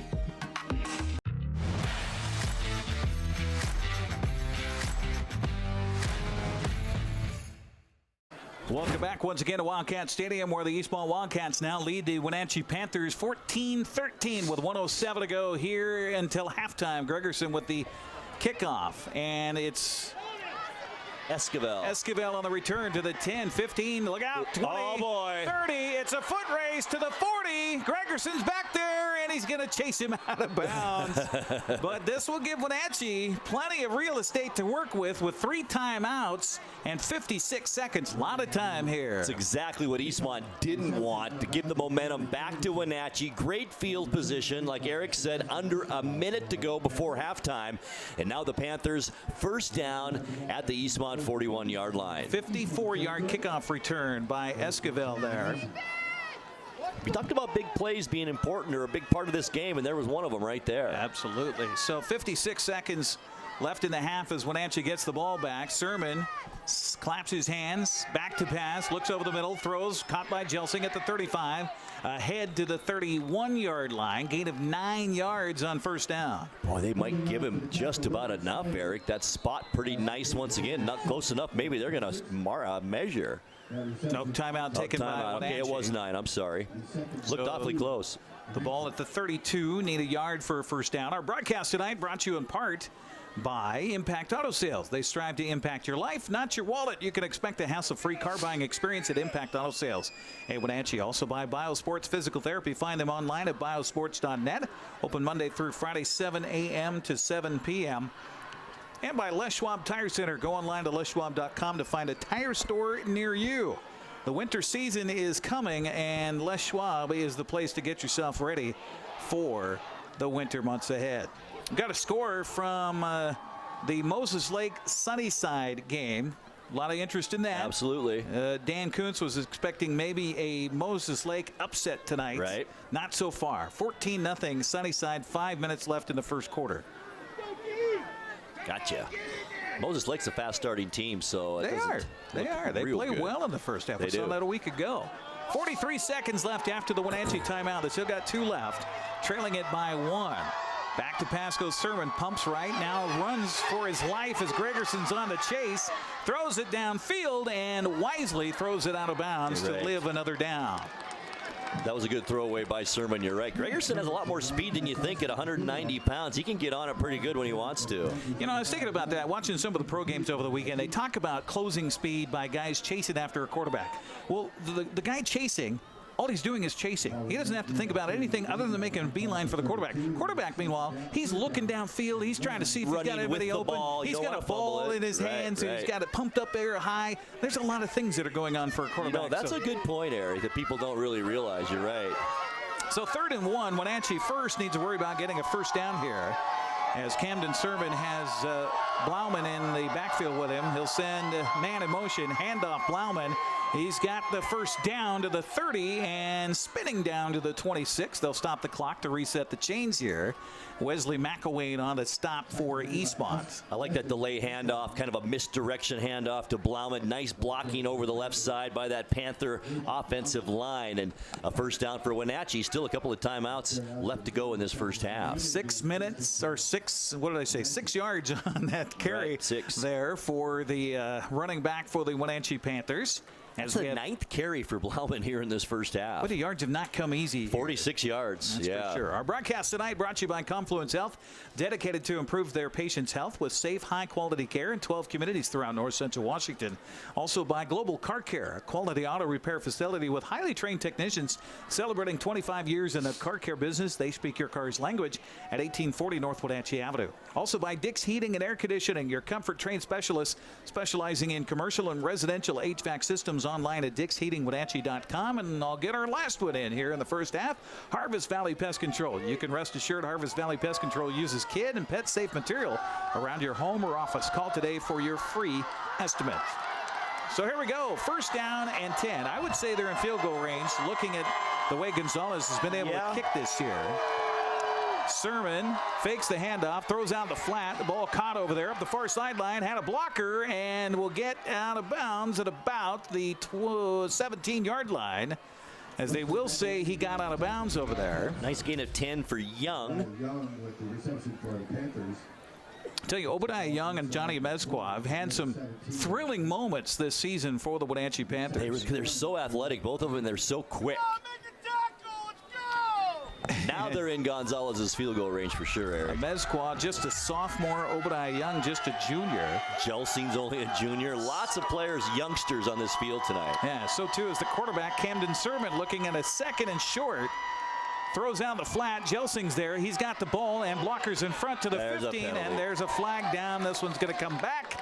There's a little hold here, and that's something that the Wenatchee Whiteouts had a problem with earlier this season, holding downfield. He's trying to look at the official. Why? How could it be me? But it is.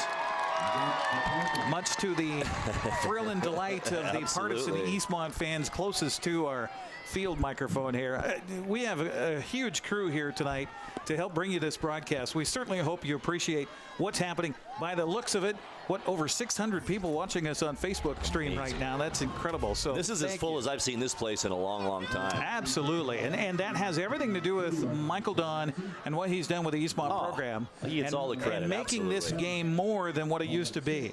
And he said the kids for Eastmont, we got to play Wenatchee. We don't beat those guys. Now they come into this game thinking, we're going to beat those guys. Absolutely. So here we go. Second down after the now a timeout going to be taken again by Wenatchee. Don't think they wanted a timeout right there. 4 seconds left on the clock, though, is all. They ran the clock after the penalty against the offense. I don't know if they should have run the clock or not. They need to put some more time back up there, don't they? I think so. Timeout finally called here on the field, and it's a Wenatchee timeout. So they ran the clock after the penalty on the offense, and Coach Scott Devereaux really wants to have a stern word with Mike Denning here. You got that right. That penalty was the first against Wenatchee here in the ball game, and took the ball out to the 22-yard line. So that's where we'll have it with something with only 4 seconds left. And I don't think that Coach Devereaux is going to win that argument over there, as they did get the timeout. Well, that's something, too. You got to have your coaching staff helping you out over there. If they wind the clock and you're not aware of it, somebody's got to be talking in your ear saying, hey, they're winding the clock. That was miscommunication. It sure was. Now they're on a hash mark, too, to try and maybe this field goal. I assume they're going to try a field goal here. No timeouts left now. Well, they're second down and distance, so maybe a quick throw. Boy, it'd have to be real quick. Or looking for the end zone. One pass in the end zone and then try to kick the field goal. Whew, I don't think you have enough time for that either. If I was they're going to kick. They're going to kick right here. Here comes Cesar Gonzalez. Is going to try they'll spot at the 29, so a 39-yard field goal attempt. No wind tonight. The angle is right to left. Coons with the snap. Spot down by Waterman. The kick away, and it is good. How about that? Just inside the left upright from 39 yards. As time expired. And that will be our final play of the first half. An entertaining one, to say the least. Wenatchee will be allowed to be escorted off the field first. They'll hold Eastmont, so we don't have any extracurricular on the way to the locker room. Don't need that. As we have had a whale of a first half. As we'll take a 2-minute break at halftime. It is Wenatchee 16, Eastmont 14. We are going to take a break, and you are watching the Bridge of Sportsmanship here on the NCW Live channel.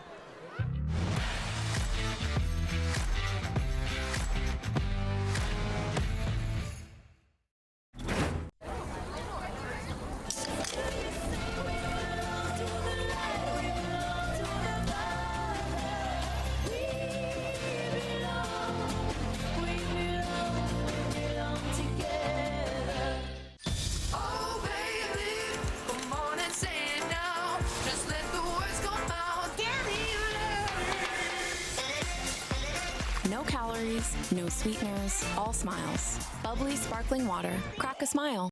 At Town Toyota, we believe in our community, and we're proud to support this broadcast of local sports. Town Toyota defines reliability and value in both its products and in the dealership itself. We are home to legendary products like the RAV4, Highlander, and Camry, not to mention Tundras and Tacoma trucks. Of course, we offer service for everything we sell, and a great selection of pre-owned and certified vehicles as well. So enjoy the game and visit Town Toyota for all your automotive needs.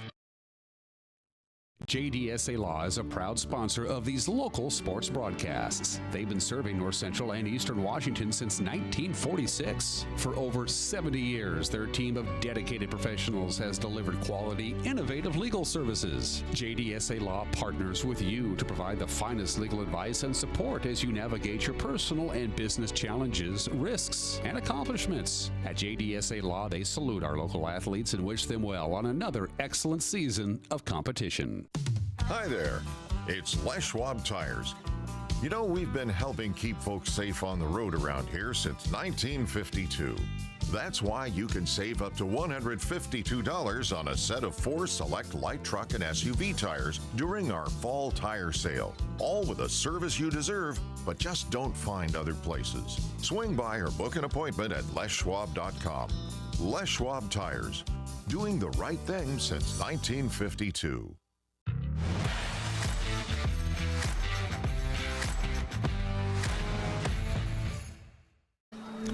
Welcome back once again here to Wildcat Stadium, where the Wenatchee Panthers lead the Eastmont Wildcats at halftime 16-14.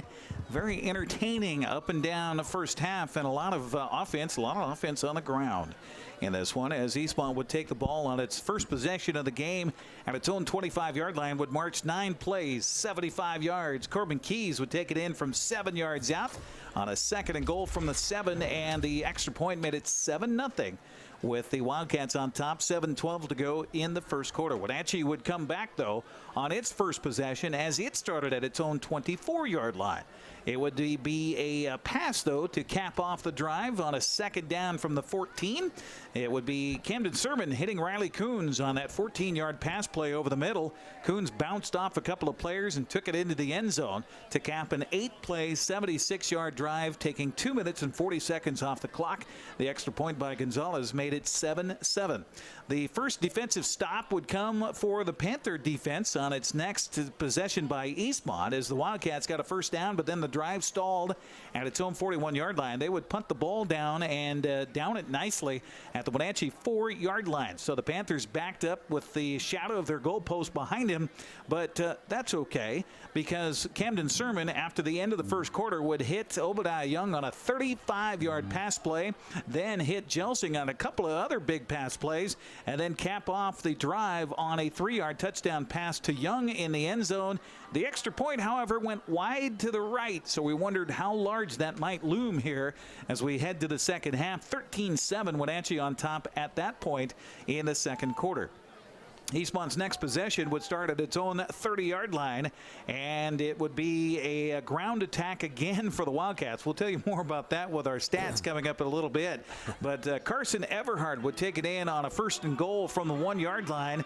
How many times has he done that this season? To cap an 11-play, 70-yard drive, 5 minutes and 35 seconds off the clock. The extra point was good by Gregerson. That gave Eastmont the lead back at 14-13 with just over a minute to go in the first half. But Wenatchee was not done yet, as they would bring the ball back on a 54-yard kickoff return by Esquivel all the way to the Eastmont 41-yard line, and it would be a 6-play, 37-yard drive there that would stall at the 22 with just 4 seconds left in the half. They'd bring the kicking unit on, and somehow Cesar Gonzalez was able to coax that ball through the uprights just inside the left upright, and the field goal from 39 yards out made it a 16-14 game, and that was the final play of our first half. We have the Eastmont cheer squad that's out entertaining our crowd. Huge crowd on hand here for the Bridge of Sportsmanship. We'll take another 2-minute break and come back and see what the stats have to say about this one with Grant Olson. Thanks for watching the NCW Life Channel and Big 9 football. Final game of the regular season. The line here, well, playoffs, state playoffs. We'll tell you more about that when we come back, too. It's Eastmont trailing Wenatchee at halftime, 16-14. Back with more right after this.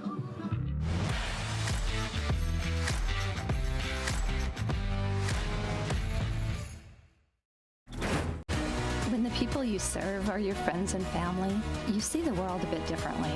You understand that your survival depends on the health and strength of your relationships. Your word is your reputation, and that doing the right thing is the only way of life that matters. At Confluence Health, we remain humble. Trust is a gift that is earned, a privilege, an honor. And we remain grateful for the trust you place in our hands. My name is Brian Thorpe. I own Global Car Care in Wenatchee and have been here for about 25 years. Brian started Global Car Care as Brian's automotive alternative on Orondo Street. Some customers were following Brian since Brian's automotive time. No, we're just grateful to be part of this community. This is where I grew up. We want to do our part to be a valuable part of this community. We want to thank you for trusting our business for 25 years. My awesome is being part of the Nez Perce tribe. We have a tourism company, and we highlight the history and culture of the Nez Perce people. I found Washington Trust Bank because they were very involved in the community. They believed in me. They definitely saw the need for this in our region. All the folks at Washington Trust Bank are phenomenal. They've done such a wonderful job helping me along my journey. What's your awesome? Whatever it is, we'll help you get there. When you call Dick's Heating and Air Conditioning, you get 35 years of experience and customer service in the Wenatchee Valley. Dick's friendly staff strongly believe in repairing before replacing and service all major brands of HVAC units.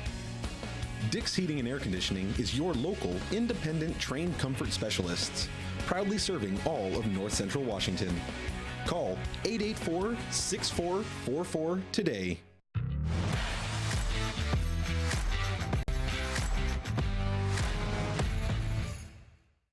Well, before we get to the halftime stats, let's take a watch and a listen to the Eastmont High School Marching Band here at halftime, where the Wenatchee Panthers lead the Bridges Sportsmanship over Eastmont 16-14 here on the NCW Life Channel.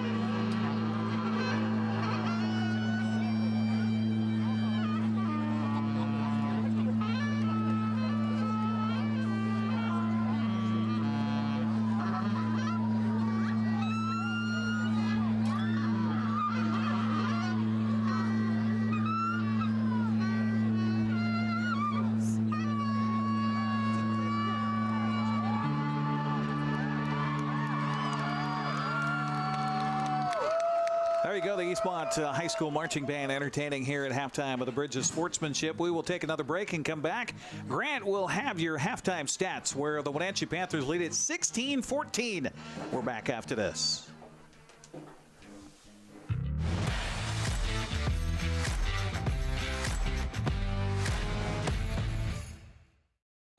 When the people you serve are your friends and family, you see the world a bit differently. You understand that your survival depends on the health and strength of your relationships. Your word is your reputation, and that doing the right thing is the only way of life that matters. At Confluence Health, we remain humble. Trust is a gift that is earned, a privilege, an honor. And we remain grateful for the trust you place in our hands.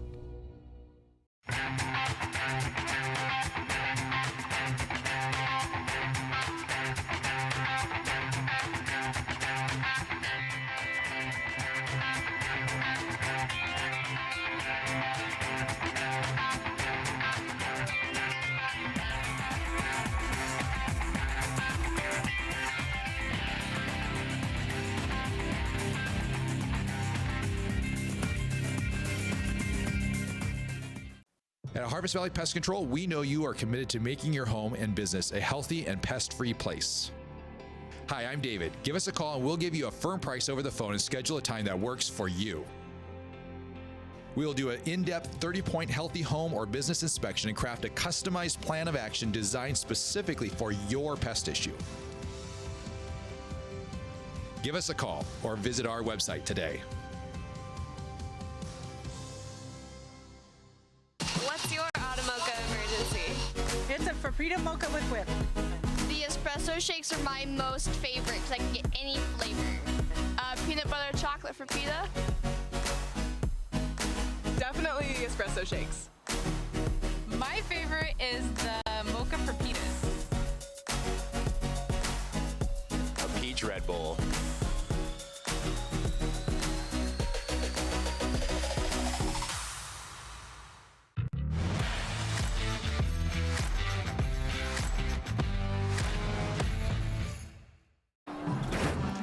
Halftime here at the Bridge of Sportsmanship between Wenatchee and Eastmont, and is the Panthers leading it by a score of 16-14 thanks to a 39-yard field goal by Cesar Gonzalez right as time expired, and that's our first half. What about the totals of that first half? And I'm guessing kind of even as far as total yardage, but I know that one team's been running the ball, I think, all night long. And you know, all night long is right. I'll tell you, we'll get to that in a second. Let's start with the Wenatchee Panthers. Nate Blauman, we weren't sure if he was going to play tonight, ends up 9 carries in that first half for 46 yards. Obadiah Young had 1 carry for 6 yards, and Camden Sermon 4 carries, 23 yards. The Panthers rack up 75 yards on the ground in that first half. They have done most of the damage through the air in the first half. 9 of 11 for Camden Sermon, 122 yards and 2 touchdowns for Sermon, for a total for the Panthers 197 total yards in that first half. That's his best half all season. Oh, without a doubt, without a doubt. Big receiver, by the way, J.J. Jelsing, 5 catches, 50 yards. Riley Kuntz, 2 catches, 19 yards and a touchdown. Obadiah Young, a nice game going too. 3 catches, 53 yards and a touchdown for the Panthers. So much more spread out on offense as we get to the Eastmont Wildcats. We don't even have to talk about passing, Eric. They didn't attempt 1 pass in that entire first half. I don't know if I've done a game where I've seen that in a long, long time. So it's all rushing, and here we go. Carson Talley, 6 carries, 45 yards. Austin Popoff has had 7 carries for 61 yards for the Eastmont Wildcats. Corbin Keys, 3 carries, 11 yards and a touchdown. Austin Ruffins, the freshman, he has 5 carries for 34 yards. And Carson Everhart, he has 4 carries for 11 yards and a touchdown. Total yards all on the ground, 161 yards for Eastmont, 197 for the Panthers. So, Eric, you're exactly right. Pretty close on total yards, but very lopsided in the passing department. And really, Eric, this isn't going away from what these teams have done all year. Eastmont has been a running team. We have done Eastmont games where Everhart hasn't thrown it more than 3 or 4 times in the entire game, and we've had games where Sermon throws it a little bit more than they run it. So it's really not that big a surprise how this is working out. Yeah, it has been a pretty balanced attack here for the Wenatchee Panthers so far this season. Coming into this game, 1,700 yards through the air, 1,900 yards on the ground. Meanwhile, the Eastmont Wildcats, they run it basically only do they run it. Coming in with nearly 3,000 yards of rushing and just 691 yards passing. So that's kind of true to form here for both teams in this first half of play. By the way, on the line here tonight for Wenatchee, if they can hold on and maintain the lead here and get the win, they get the regular season Big Nine crown outright. They don't have to share it with anybody. And they'll get the Big Nine's #1 seed to the postseason. Speaking of which, we'll check in on what's happening with Sunnyside and Moses Lake. It is shortly before half, 28-0 Sunnyside. So we assume Sunnyside's going to win that game. So if Wenatchee wins here, they get the #1 seed. Sunnyside will get the #2 seed by virtue of Sunnyside's win over Eastmont earlier this season, 29-28. Now, if Eastmont can come back and win this game, then that forces a 3-team playoff on Saturday. Eastmont and Sunnyside will play the first game at 1 o'clock. They'll play 2 10-minute halves. 3 timeouts, kickoffs, punts, the whole thing. Regular football for 10 minutes for one half. They'll take a timeout. They'll do halftime and then 10 minutes for a second half. The winner of that game gets the number 1 seed to the state tournament, the Big Nine's number 1 seed. The next game would be the loser of the first game between Eastmont and Sunnyside would play Wenatchee for the final shot to go to state. Again, another 2 10-minute half scenario with the winner going on to state. So that's what happens, and that will be Saturday in Moses Lake at Lions Field starting at 1 o'clock. If Eastmont's able to knock off Wenatchee. So exactly the reverse of what the situation was a year ago over in the Apple Bowl, but right here at Wildcat Stadium. We're going to take another 1-minute break, get you ready for the second half as the teams are out. They're warmed up, and we'll warm up the vocal cords, get ready for another interesting 24 minutes, maybe more. Oh, maybe you more. Never know. We'll come back with the second half of the Bridge of Sportsmanship coming up here on the NCW Life Channel, where the Wenatchee Panthers lead the Eastmont Wildcats 16-14. We're back after this.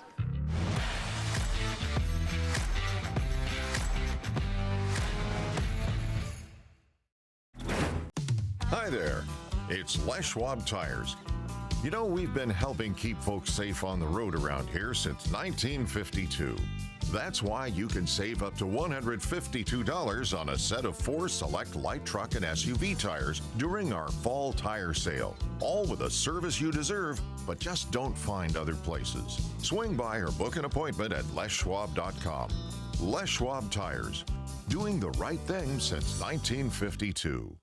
JDSA Law is a proud sponsor of these local sports broadcasts. They've been serving North Central and Eastern Washington since 1946. For over 70 years, their team of dedicated professionals has delivered quality, innovative legal services. JDSA Law partners with you to provide the finest legal advice and support as you navigate your personal and business challenges, risks, and accomplishments. At JDSA Law, they salute our local athletes and wish them well on another excellent season of competition.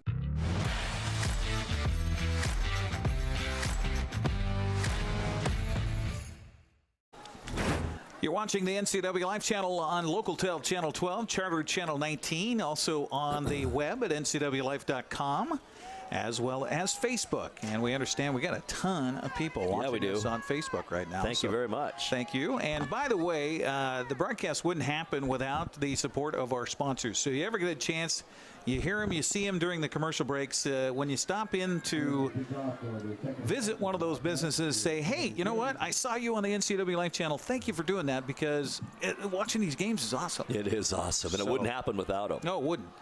Sebastian Esquivel, who had a great kickoff return, is back deep to receive here, along with J.J. Jelsing. And Jeremy Gregerson has it teed up at the 40-yard line as we're ready for the second half here on the NCW Life Channel, your home for local sports. It'll be Esquivel at the 15 on the return 20.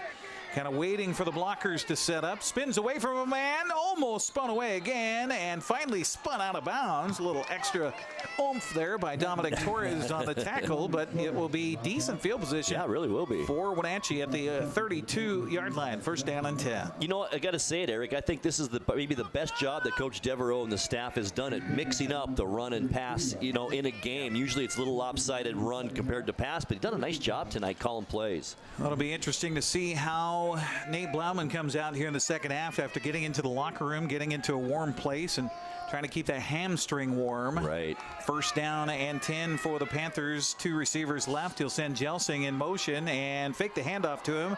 Sermon's going to keep it, trying to bounce it around the outside. Maybe should have went inside as he's tackled for a loss on the play. Back to the 30-yard line. Getting there first was Dominic Torres. He made the tackle on the kickoff return and then makes another one right there. Right.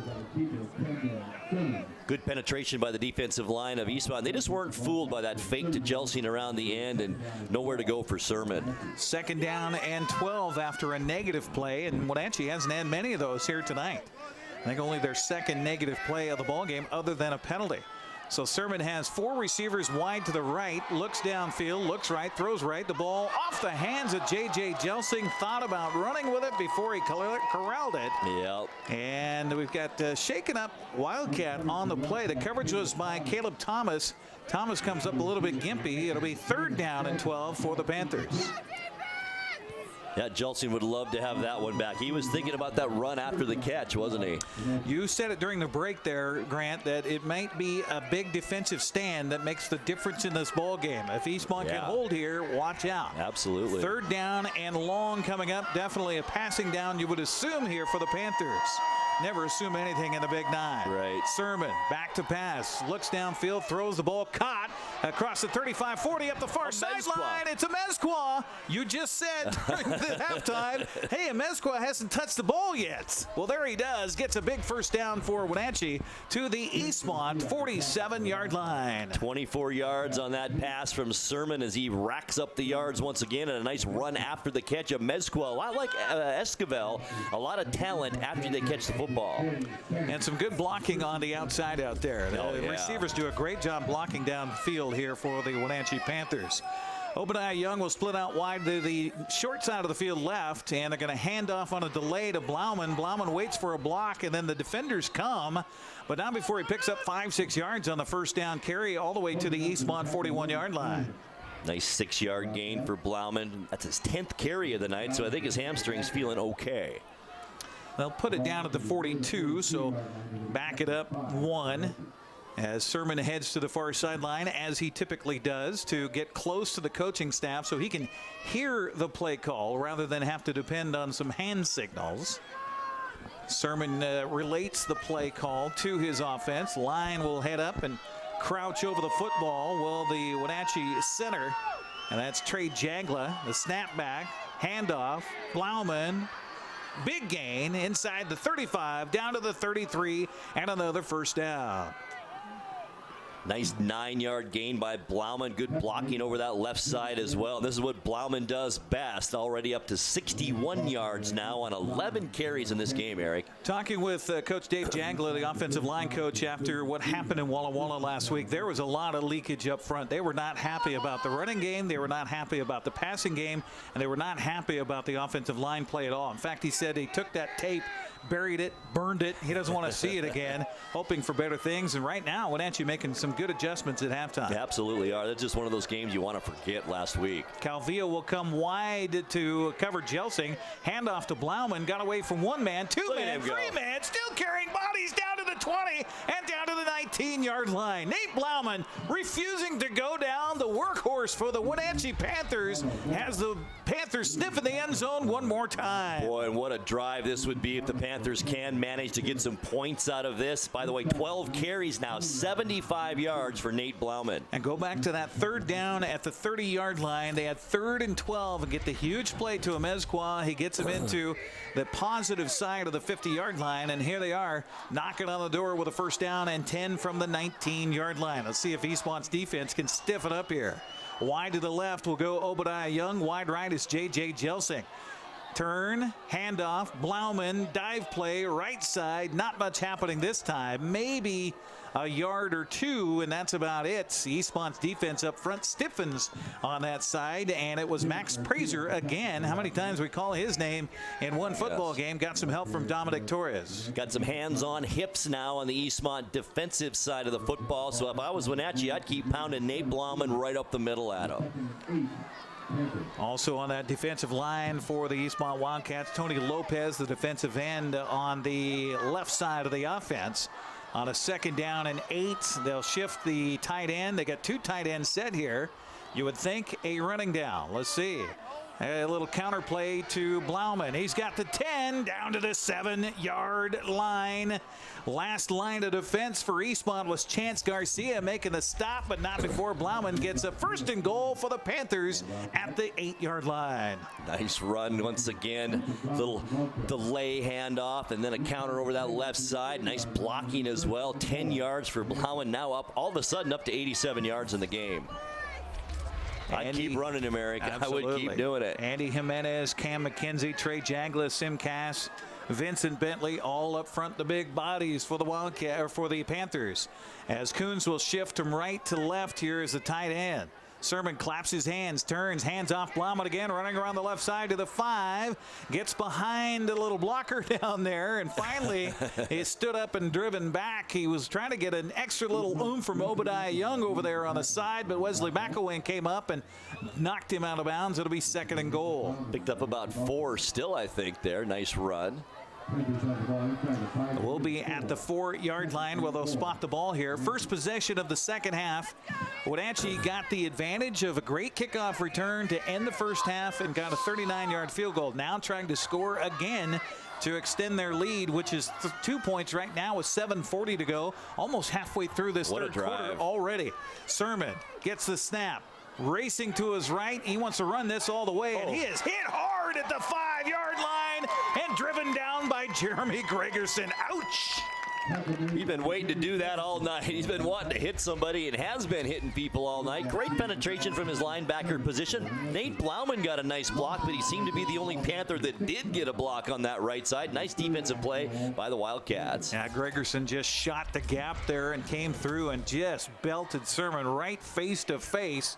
Glad there was no flag on that. 2 carries, -3 yards now for Sermon in the second half. 3rd down and goal coming up from the 5-yard line. Young will split out wide to the left, and he has 1 touchdown on the night. Sermon, handoff. Blauman cuts back at the 5 to the 2. We got a flag down. He's in the end zone, but hold on. I think we're going to get a hold here against the offense. The referee threw the flag, and it is a hold against Wenatchee. Their 2nd penalty of the game and 10 yards. And how big is that right there? Takes 6 points off the board. I think it's Big Sim Cass was the guilty party. Whenever you see a lineman put his hands up like he didn't do anything, he usually did. And Cass may have been caught there. So that'll take it back to the 15-yard line after the penalty. Now, if you're a throwing team, that just gives you more space to work in the end zone, right? Yeah. The glass is half full. You're right, right. But the way Sermon's been throwing it around tonight, you never know. Watch J.J. Jelsing, who's in the slot here, as the short receiver to the wide side of the field left. Looks like Eastmont's on a man coverage here on this 3rd down and goal from the 15-yard line. Fans trying to root on the defense here for the Wildcats. Camden Sermon takes a long look at that 4-man defensive front. Gets a snap, looks left, throws left. The ball caught by Young, and he's driven back. Obadiah Young on the catch. And he is driven right back between the hash marks to about the 9-yard line, and then it'll be another kicking situation for Wenatchee. Good job by the Eastmont defense to stiffen up when they had to and not give up 6 points. Absolutely, but Young, if he'd have maybe kept it to the outside, he cut back in towards traffic and then got pushed back, might have got those extra yards. So here we go. This one a little shorter than his 39-yarder earlier. They'll spot it at the 16, so a 26-yard field goal attempt by Cesar Gonzalez. Snap a little low, bobbled by Waterman. Ty's going to run it. Ty looking for the 10 to the 5. Oh, out of bounds. First down, though. No, it's goal. 1 yard line or 2. Wow, Waterman almost made it work. Very close, and what a stand by the Eastmont defense. This could be the drive of the ball game, even though it was the very first drive of this second half. Let's wait and see. This could set the tone now for Eastmont to go down the field themselves. So no score, no points, and it goes the other way over on downs. Now Eastmont at its own 2-yard line will have it with 5:54. Wenatchee chewed up half of the quarter there. Amazing on that drive. It really was. So it'll be Eastmont football. We're going to see a pass on this possession. I have a feeling from Everhart. So? I do. Okay. I do. Well, Carson Talley is about 3 yards deep, and he's standing at his own end zone here as Carson Everhart will go under center. Send a man in motion, and they're going to go a counter play inside a little pitch. Boy, is that dangerous when you're at your old goal line. Only about a yard there, too, Eric. Gain of, a yard out to the 3-yard line. It was Popoff on the carry that time. Not much happening inside. He's been the leading rusher so far tonight for the Wildcats. 8 carries now, 62 yards for Austin Popoff. Just trying to get a little breathing space out of their own end here as Popoff will shift, and now Everhart will look to the sideline for the play call as he'll relay it to his offensive lineman. Snap. Everhart turn, handoff. Again, it's Popoff. Just a dive play over the left side. Got out to the 6-yard line. So a somewhat manageable third down coming up for the Wildcats. That's all they really could ask for. That's what Coach Don was hoping for. Just a little bit of breathing room, as you mentioned a couple of plays ago. They've got it now. Let's see if they can make it work for this third down at 6. We've only had one punt in this ball game, and that was by Eastmont back in the first quarter. That punt went 37 yards. So it's kind of hard to believe in a low-scoring game like this. It's been one punt. Third down and long coming up. They call it 3rd and 6 on the board here for Carson Everhart and company. Will they throw for the first time here tonight? Man in motion is, and they're going to go with a counter play to Keys. Look out to the 10, 15, 20, spun down at the 21-yard line. Corbin Keys on a little counter play inside, and the Wildcats get room and a first down. Nice call and a nice play. 15-yard gain for Corbin Keys. A touchdown under his belt already tonight. And now definitely some breathing room for the Wildcats. You got to have confidence in your youngsters there to do a double handoff inside. I guess. As the sophomore Keys will go in motion again. They'll pitch it to him around the right side, but we've got a flag first, and I think we're going to get motion against the offense. The official says dead ball. It will be a false start on the offense, so another penalty against Eastmont. That'll be their 5th of the ball game for 35 yards here. Just takes so much momentum away from you too, doesn't it, Eric? You have some nice play. You give yourself some breathing room off your own goal line, and then a 5-yard penalty.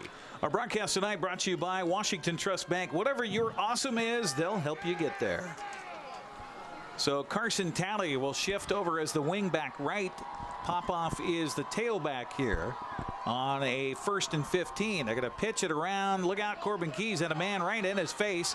Got around one man to the 10-15. Doesn't get back to the line of scrimmage, however. Good pursuit by the Wenatchee Panther defense. Jax Tucker over there chases him out of bounds.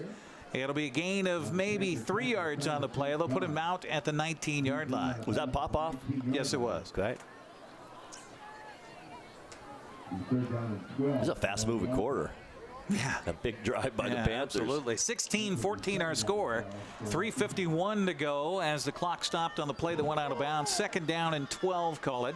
Here coming up for Eastmont. Ball right hash mark for Carson Everhart. Takes a long look at the defense in front of him. Hands in that little muff in front of him. Now he'll hand it off. Dive play. Carson Talley dragging bodies as he goes. It was Lloydhammer had a big clutch on him along with St. John.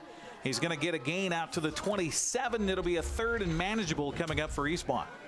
Hard to believe Talley is only 5'10", 180 at times, isn't it, Eric? He has so much power in those legs. We've seen it all season long. You think you got him, and you don't. That's the weight room, kids. Absolutely. He's doing a lot of squats and a lot of leg presses and working on those legs. 3rd down and 4 coming up for the Wildcats. 3:16 left here in the 3rd quarter. A pass For the first time. Carson Everhart falls down.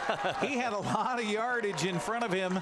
Bouchon was on the coverage for Wenatchee along with the Dawson Pike, but the first pass of the game is good for a first down for Eastmont. But now you have the Panthers thinking about it, Eric, and that's really the point of all of that. Now we're going to see, I think, a lot of Carson Talley after that completed pass. 1st down and 10 for the Wildcats from their own 38. Man in motion is Ruffins. They fake the handoff to him. Handed to Carson Talley across the 45-50. Got a blocker in front to the 45 of Wenatchee, and finally down at the 40-yard line. Carson Talley patiently picking his way forward all the way to the 40. Nice blocking. Once again, right side of the line of scrimmage. Talley now getting his yards that we would expect out of him. 22 on that for 74 yards on 8 carries now for Carson Talley. And a first down for Eastmont into Wenatchee territory at the 40-yard line. Wildcats trailing it here on the bridge of sportsmanship. Handoff to Talley again. Look out to the 30, to the 25, and then down out at the 22-yard line. The flag came in late from the back judge. Face mask or a horse collar over there. Readjust the flag at the 25. When they readjust the flag, it's a spot foul. So typically that's against the offense. We'll see. No, the face mask. So you're right, Grant. So they'll tack that on to the end of the run.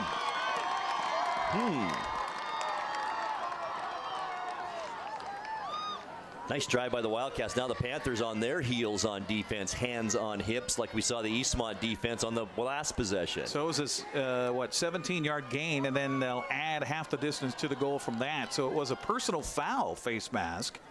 So not just the gentle little, oops, I got the wrong thing in my hand. It was a tug and a pull. All the way down to the 10. So that was then a 20-yard gain on the run, and then add the 10 to it. So down to the 10 and the first down. That's the third penalty for 30 yards against Wenatchee here in the ballgame. So Eastmont trying to retake the lead here in the Bridge of Sportsmanship. Ruffins goes in motion. Handoff Talley inside. Look out, Talley's into the end zone. Touchdown, Eastmont. 10 yards for Carson Talley, his 9th carry of the night, and he makes it pay off for the Eastmont Wildcats in a nice drive. The momentum went over to Eastmont when their defense got the stop on the other end of the field. Caps a 98-yard drive for the Wildcats. After the Panthers almost scored on a 96-yard drive. Impressive here for Eastmont. That'll be Mago for the extra points. 2:15. Where did this third quarter go? Oh, I guess. Everhart snap, spot down, kick away by Mago is good. We will take a 60-second break and come back. 2:15 to go in the third. Eastmont retakes the lead. They lead Wenatchee 21-16 here at the Bridge of Sportsmanship. We're back after this.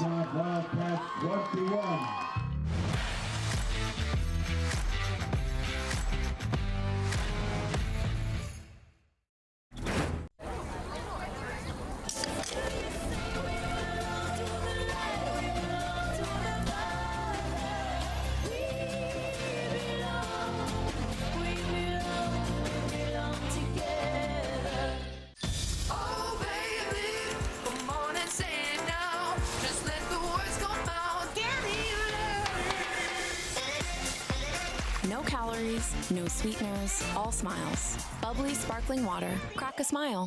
At Town Toyota, we believe in our community, and we're proud to support this broadcast of local sports. Town Toyota defines reliability and value in both its products and in the dealership itself. We are home to legendary products like the RAV4, Highlander, and Camry, not to mention Tundras and Tacoma trucks. Of course, we offer service for everything we sell and a great selection of pre-owned and certified vehicles as well. So enjoy the game and visit Town Toyota for all your automotive needs.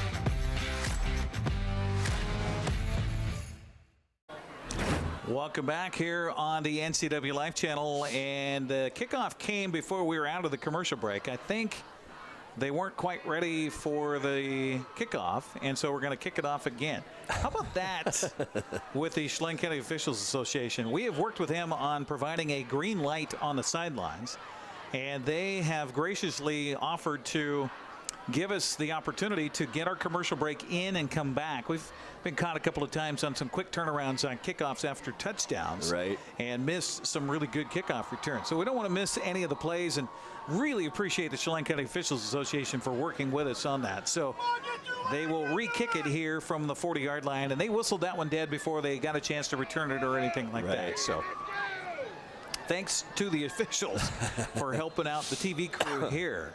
So Jeremy Gregerson has it teed up at the 40-yard line, and a high end-over-end kick will drive the return man back to the 2. It's Esquivel on the return to the 10, 15, dancing around to the 20. Look out!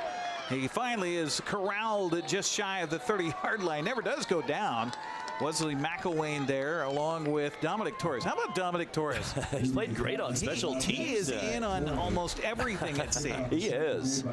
He has been in these games. Like I said, I think he's been starting at lineman for about 3 years now. His third year is starting, and he wants this game, Bridge of Sportsmanship. The Eastmont Wildcats have won the last 2. He wants to go out with another one here for the Wildcats. And since Michael Don's been the head coach here, Eastmont has not won this game here on their home field. Right, they haven't won the last 10. So they would love to do that. 5-man defensive front. Eastmont looks like they're cheating up. Sermon back.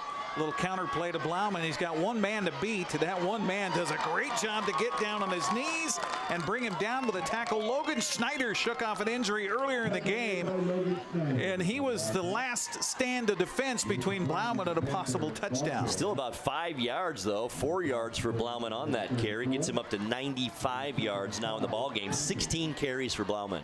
A guy like Blauman, you got to focus on the hips and just stay low. You do. 2nd down and 5 coming up for the Panthers, trying to answer back after a big touchdown drive by Eastmont. Sermon keeps it, and he's got trouble, and he's going to go down at the 30-yard line. Wesley McElwain, one of many Wildcats, along with Logan Schneider, on the stop for a loss. 3 carries now in this second half for Sermon, and he's got -6 yards on those 3 carries. I think they're on to him, Eric. I don't know if that's an option play or not. He faked the handoff to Blauman. I'm sure they watched the film on that, and he'll go, man, I should have handed it off. You know, I think it is his choice, too, what he wants to do there. It's tough, though, because his back is to the defense. His back is to the read of where he wants to take that football. So they're hoping Blauman is the decoy. 3rd down and long, call it 9. Sermon back to pass again, throws out in the flat, the ball caught by Jelsing.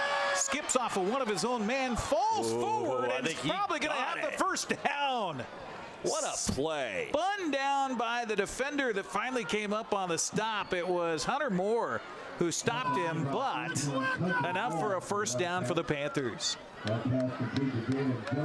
10 of 13 now on the night for Sermon for 162 yards and 2 touchdowns. Johnny Mesquat just went to the sideline. He is really gimped up. Looks like maybe he turned an ankle on that play, so he can't even put pressure on it. He's over on the far side. So Dawson Pike comes in as a wideout, split to the wide side of the field left for Camden Sermon on 1st down and 10. Clock winding here in the 3rd quarter.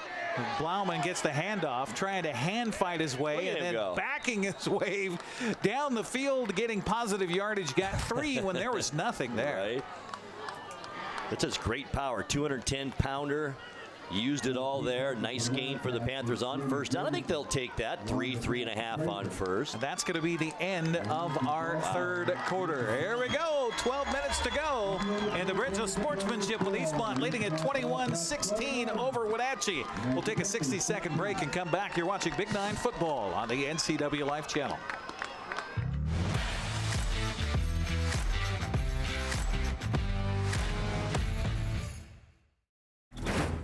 At Harvest Valley Pest Control, we know you are committed to making your home and business a healthy and pest-free place. Hi, I'm David. Give us a call and we'll give you a firm price over the phone and schedule a time that works for you. We will do an in-depth 30-point healthy home or business inspection and craft a customized plan of action designed specifically for your pest issue. Give us a call or visit our website today.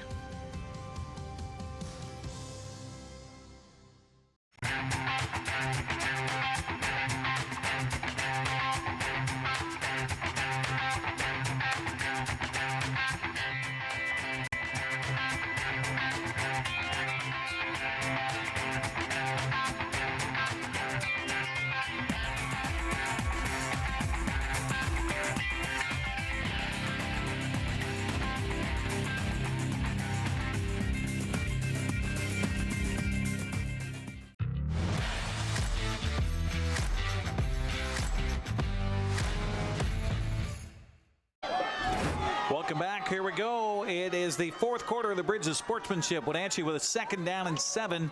Camden Sermon has the line to the scrimmage, and he gets a snap back. Here comes the pressure. Throws over the middle. The ball caught by Bouchon inside the 50 down to the 49-yard line. Another gain for a first down for Eastmont, or for Wenatchee. First catch of the night for Josh Bouchon. Nice pass once again from Camden Sermon. Now his 15th pass of the night. So they're on the plus side of the 50 are the Panthers, trailing at 21-16, 11:42 to go here in regulation. J.J. Jelsing will split out wide to the far side to the right. Again, left is Bouchon along with Riley Coons as the tight end left. Sermon turns, hands off Blauman. Blauman trying to get to the edge. He does, and just piles his way forward to the 42 before he's pushed out of bounds.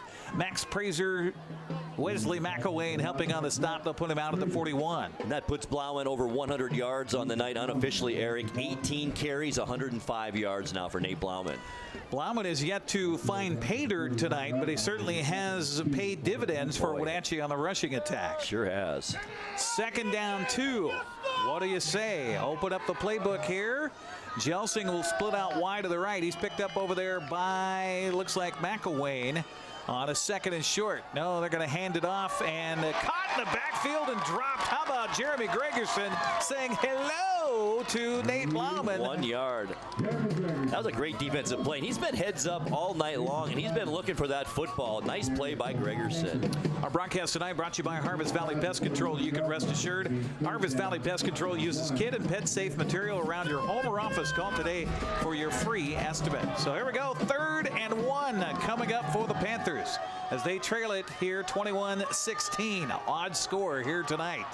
Turn, fake the handoff. Sermon getting pressure from the backside, throws over the middle of the ball. Caught by Coons. He's got a 1st down to the 29-yard line. 11 yards on that play. Beautiful pass and beautiful protection by the Wenatchee offensive line to spring that play and get Coons open for that big gain.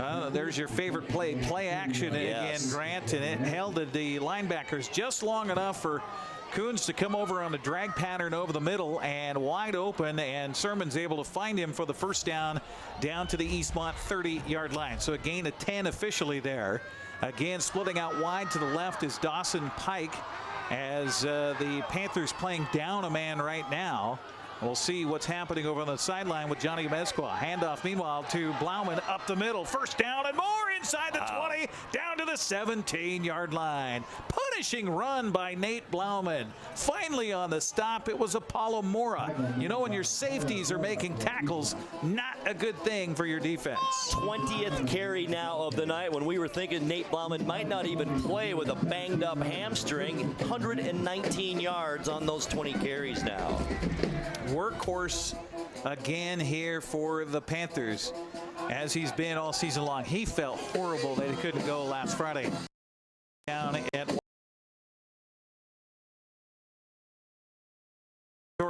the 17. Sermon again hands to Blauman. Counterplay inside, picking his way back to the 10, to the 5, into the end zone. Touchdown for Nate Blauman from 18 yards out, and Wenatchee retakes the lead. How about that? Beautiful blocking on the left side, but that was Nate Blauman and his vision. The play was supposed to go right side. He saw that open to the left, cut it back that side, didn't get touched. 18 yards, touchdown Panthers. So the all-important extra points. It is a 1-point game right now. I'd go for 2 here. Yeah, they are. I think they are. Sermon came back out, and the kicking team heads to the sideline, and Wenatchee going to chase some points right now. Absolutely. You gain really nothing by kicking the extra point. So why not go for 2 here? Nate Blauman just found the end zone. Do they go to him one more time here, or do they try to pass it? Or do an RPO with Camden Sermon? Boy, it's hard to say. 3 receivers wide to the right. They are at the 3-yard line for the 2-point conversion. Sermon pumping, throwing. Found Blauman into the end zone for the 2-point conversion. It's a 3-point Wenatchee lead over Eastmont in the Bridge of Sportsmanship. We'll take a 1-minute break and come back with 9:27 to go here in the 4th quarter. We've got a couple of players shaking up on the play. We'll figure out who they are after we come back after the 60-second timeout. Again, our score is Wenatchee 24, Eastmont 21. We're back after this.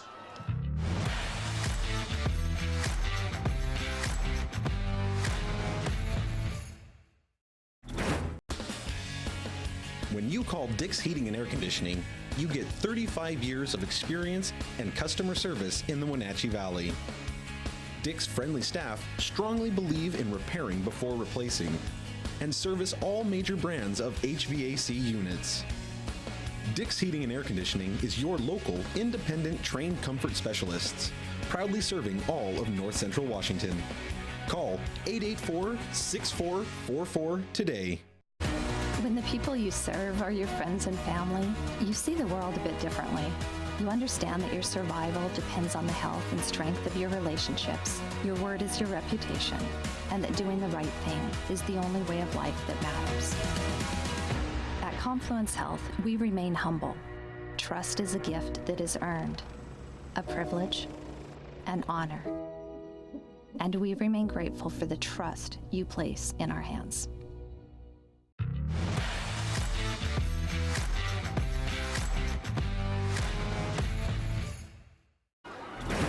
Welcome back once again to Wildcat Stadium. It is Oscar Calvillo who is down at the goal line. He was the last defender to try to take a shot on that two-point conversion on Nate Blauman as Blauman dove for the end zone. Calvillo trying to make the play, and they're looking at his lower left leg, and definitely an injury here. We've got the Panther student body across the way with their cell phones brightly shining. And quite a view here tonight. And Eastmont also doing the same thing. That is fantastic. That is great. Wonderful job by our camera crew here tonight, bringing you all the sights and sounds of the Bridge of Sportsmanship. Oscar Calvillo gets to his feet. Boy, he is putting absolutely no pressure on that leg. Any pressure on that leg, and that's a huge loss for Eastmont as a cornerback. They drive for Wenatchee, by the way. 10 plays and 72 yards. Blauman takes it in from 18 yards out, and then Blauman collects the pass from Sermon on the two-point conversion. And that's where we are, 24-21, Wenatchee on top. Boy, just the kind of game you'd expect, Eric. Did we want anything else but this? I mean, this is what we expected. We expected these two teams to be here. We expected a close game. We're getting both. Trying to get the time here on that drive. So 2-4. Now can the Eastmont Wildcats answer? That is the big question. Again, the Panther defense come up with the big stop. 4 minutes and 39 seconds on that drive here for Wenatchee. Panthers have had a couple of monster drives tonight, especially in this second half, haven't they? Absolutely. So Oscar Calvillo, concerned for the senior here on senior night, as he cannot put any weight on that left leg. So feel bad for Oscar Calvillo right now. Meanwhile, the Wenatchee Panthers have the ball teed up, and we're ready to go. Cesar Gonzalez will approach. High end over end kick, and Gregerson calls for a fair catch, but I think we got offsides on the kicking team. So this will come back, and this could be a field position for the Wildcats. Oscar Calvillo has been one of the guys on the kick returns. And especially when Gonzalez hasn't been kicking him that far tonight anyways. This should give Eastmont some great field position, Eric. Good point.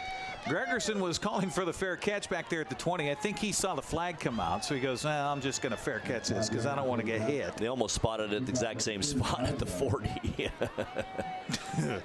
That penalty against Wenatchee, they're fourth of the game for 35 yards. Eastmont, by the way, 5 penalties and 35 yards. Broadcast brought to you by Dick's Heating and Air Conditioning, your comfort train specialist specializing in commercial and residential HVAC systems, online at dicksheatingwenatchee.com.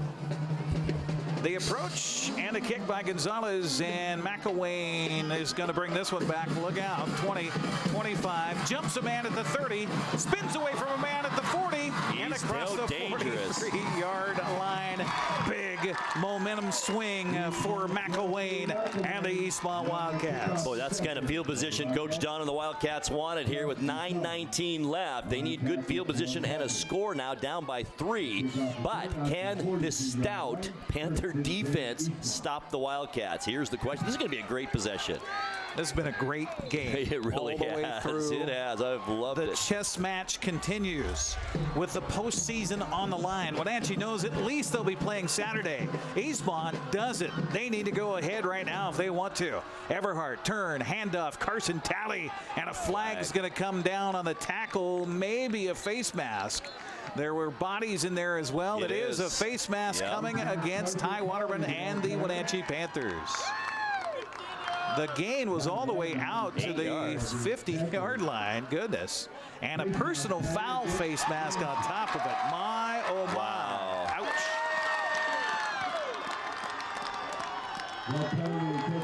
That really hurts the Panthers right there as it takes it all the way down to the Wenatchee 35-yard line. Goodness. By the way, Carson Talley now 10 carries, 92 yards on the night. So he's close to that century mark as well. He and Blauman came in 1-2 in the Big 9. And first down and 10 from the 35-yard line. They're going to shift, turn, handoff, pop off. And nothing happening there as he is driven back on the play. Lloyd Hammer there. Also, Andy Jimenez is there. Andy Jimenez have been hanging around him all season long in practice and such. And that senior, he's just got a smile on his face all the time. He's just so enthusiastic, too, isn't he? Loves to be out there, loves to be with his teammates, and just loves the game of football. Yeah. And I wish I had his head of hair. That'd be great. Second down and 10 coming up from the 35. Clock winding here. 8:29 to go in regulation. Ruffins in motion. They pitch it to him left. And a great job over there defensively for the Panthers by Camden Lloyd Hammer. He shed the blocker, makes the tackle. No gain on the play. And that play had been working all night for the Wildcats. Nothing doing that time for Ruffins. A loss of 1 yard on that play. Yeah, actually back to the 37-yard line is where the ball sits. So a loss of 2 yards on that tackle over on the far side. And you could hear the Wenatchee fans feeling it right now as the Panthers lead it 24-21, 7:53 to go. Third down long coming up for the Wildcats. As Wenatchee trying to make it difficult on the far side as a chorus of cheers. Now double handoff inside. Corbin Keys trying to get around the corner, and he will not as he's tackled for a loss back at the 40-yard line. Obadiah Young comes up big on the stop for Wenatchee. Loss of 5 yards all the way back to the 40-yard line. Now 4th down and 15 for the Eastmont Wildcats, and that forces them to punt. Huge stop defensively after a big play and a penalty that seemed, you would think, to take the wind out of their sails, but no. Wenatchee defense stiffens. And so now a punting situation as Hunter Rule will come in to punt the ball away. J.J. Jelsing, always dangerous, standing back at his own 5-yard line. Here's the punt, a high, beautiful spiral. Jelsing will call for the fair catch at his own 1-yard line. What was he thinking there? No. Oh, boy. I think he's a little embarrassed right now. He's going to spot it at about the 2. It isn't going to be maybe even the 3. I don't know if that's better than the 1 or is it the 2-yard line, but that's not something he wanted to do. You let it go, you have it out at the 20-yard line. 36-yard punt and no return thanks to the fair catch. That was a beautiful punt. Oh, it was gorgeous. Just when you had to have it. And we wondered how big special teams would play in this one. They have had a hand in this one throughout. So well, it's all in the hands of the Eastmont defense right now, Eric. If they can stiffen and force Wenatchee 3-and-out field position game, it becomes in a 3-point ball game. Sermon just wants to keep it over the right side. He is met and he is Gregerson again. Great job by the Eastmont defense as they stiffen. Actually, one of the first to get there was Nathan Chang. He's one of the shortest guys on the field, one of the slightest guys on the field, but he has been key for Eastmont all season long. He really has. We mentioned his name a lot throughout the year, and he's had some great time playing in the Wildcats lineup this year. Our broadcast brought to you by Global Car Care, a quality auto repair facility with highly trained technicians. Celebrating 25 years in the car care business, they speak your car's language at 1840 North Wenatchee Avenue. How can you not love high school football? I love it. This is fantastic. Second down and 10. Sermon fakes the handoff, throws down over the middle. The ball is tipped in the air, almost intercepted. Looking for Riley Coons. Apollo Mora, Eric, had a beat on it.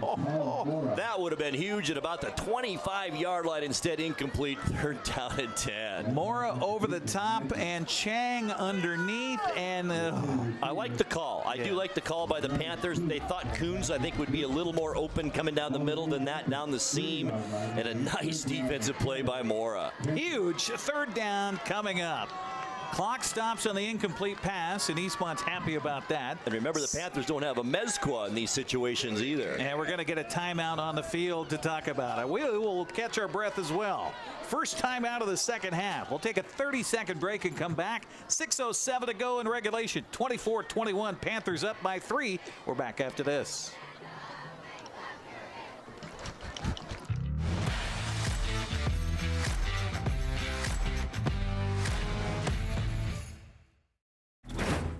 Hi, I'm Ricardo, and this is Amanda, and we are from Impact Auto Sales. Where you can expect a hassle-free car buying experience. With our wide selection of used cars, trucks, and SUVs, let one of our friendly sales staff help you find the vehicle that fits your lifestyle. We have financing available for all credit types and great low rates for first-time buyers. Call us today at 888-8000 or stop by 3522 State Highway 97A in Wenatchee. Impact Auto Sales, where we strive to make an impact on your life and not your wallet.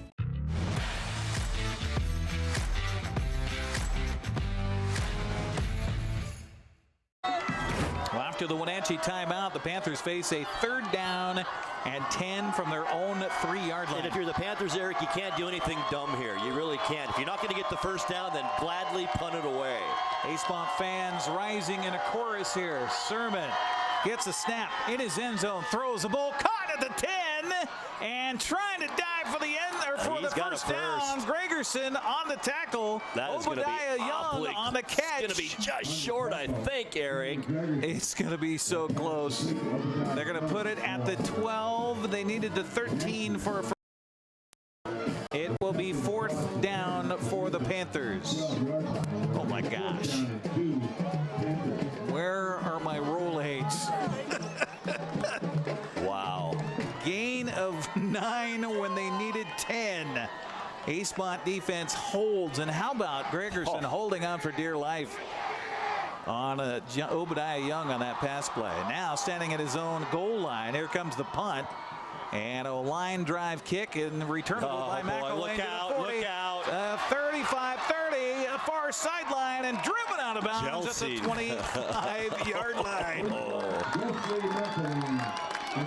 And now Esquivel will leave the field limping. By the way, we should mention that Oscar Calvillo came back into the ball game there. Glad to see that. He just had a cramp, according to our sidelines. Thanks, Dan Kuntz, for the relay there. And we have seen a Mezqua's back out there now, too, Eric, on defense.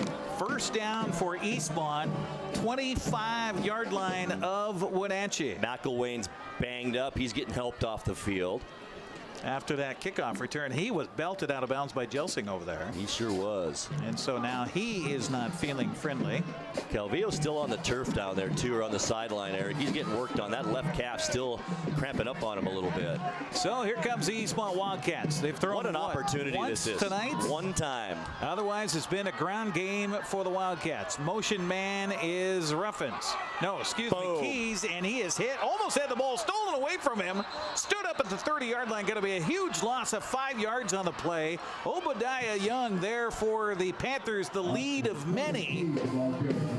A loss of 5.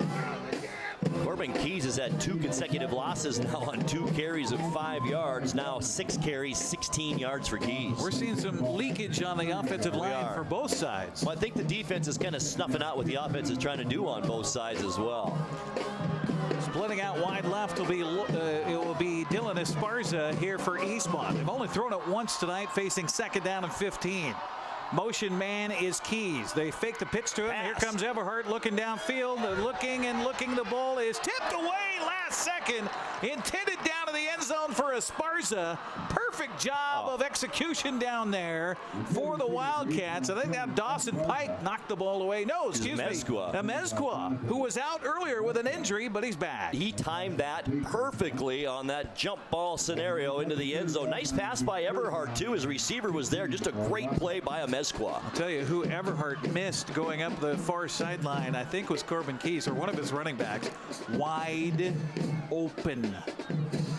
Well, when you don't pass that much, Eric, and your play is to that side, you have tunnel vision as a quarterback. You're going to that side without even looking or surveying the rest of the field. Yeah, we're going to get a timeout on the field here on a 3rd down and 15 with 4:19 to go in somebody's season, possibly, as Wenatchee leads the Bridge of Sportsmanship 24-21. We'll take a 30-second break and be right back.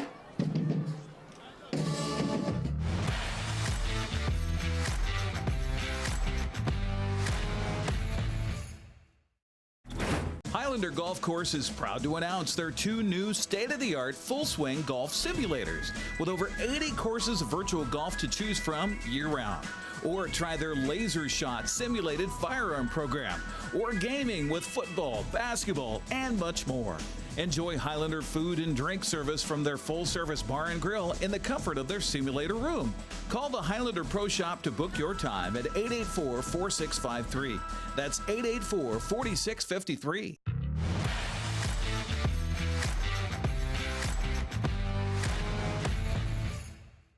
So after the timeout, the Wenatchee fans in a frenzy across the way, looking for the defense to make a stop on 3rd down and 15.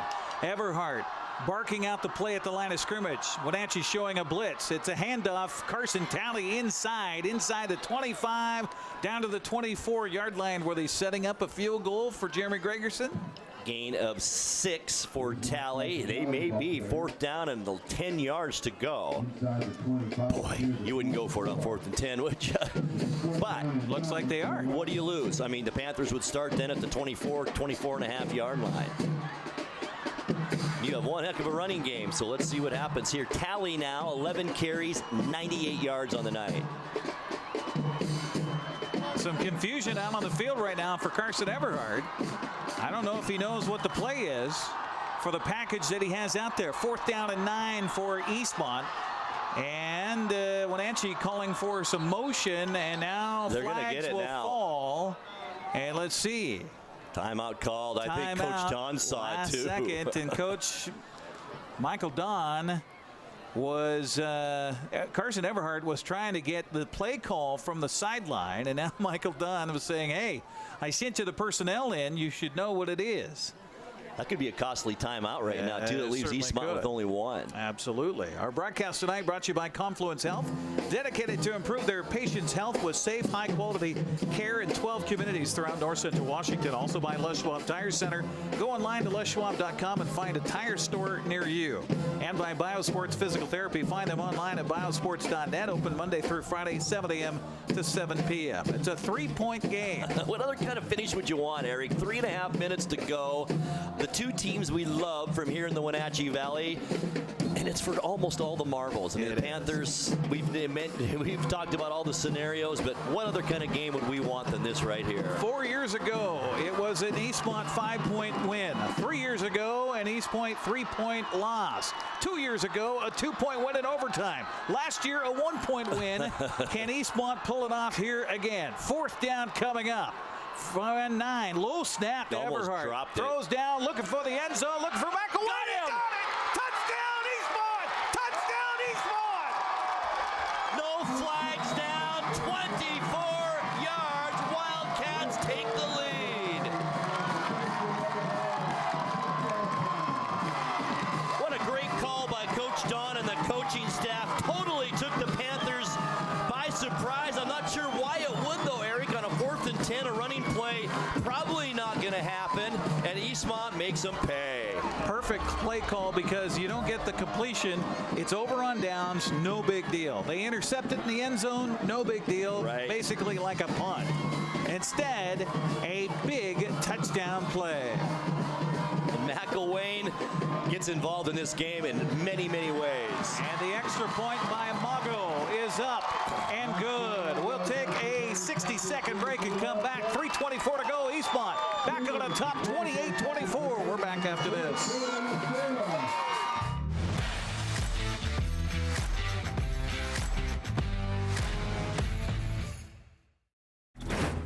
Hi there. It's Les Schwab Tires. You know, we've been helping keep folks safe on the road around here since 1952. That's why you can save up to $152 on a set of 4 select light truck and SUV tires during our fall tire sale. All with a service you deserve, but just don't find other places. Swing by or book an appointment at leschwab.com. Les Schwab Tires, doing the right thing since 1952.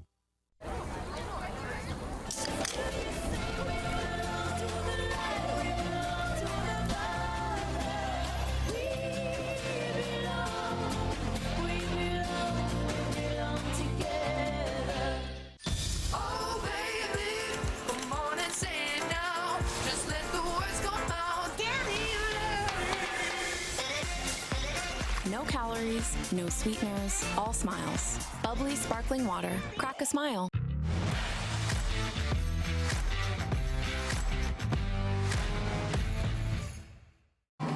Stadium is abuzz on the near side after the 24-yard touchdown pass from Everhart to McElwain on 4th down. Gregerson's the kickoff going to be taken by Jax Tucker at the 30, getting to the middle of the field, going to be tripped down there at the 33. And that's where Wenatchee will have it.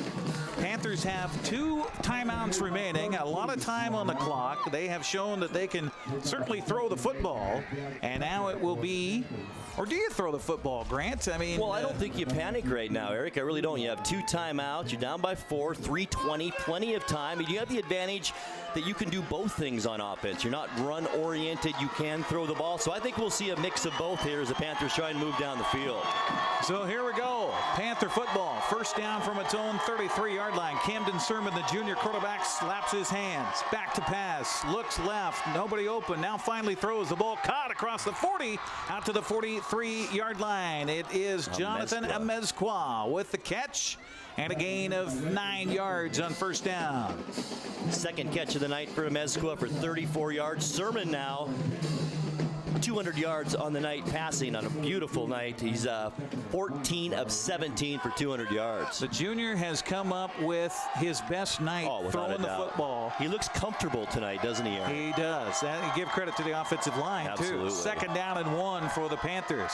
Sermon back again. Here comes the blitz. Throws over the middle. The ball caught by Jelsing at midfield to the 45. Dancing across the 40 down to the 36-yard line. Big gain for Wenatchee as the Panther fans across the way come to life and quiet the crowd here on the near side. So it's that gain of 22 yards.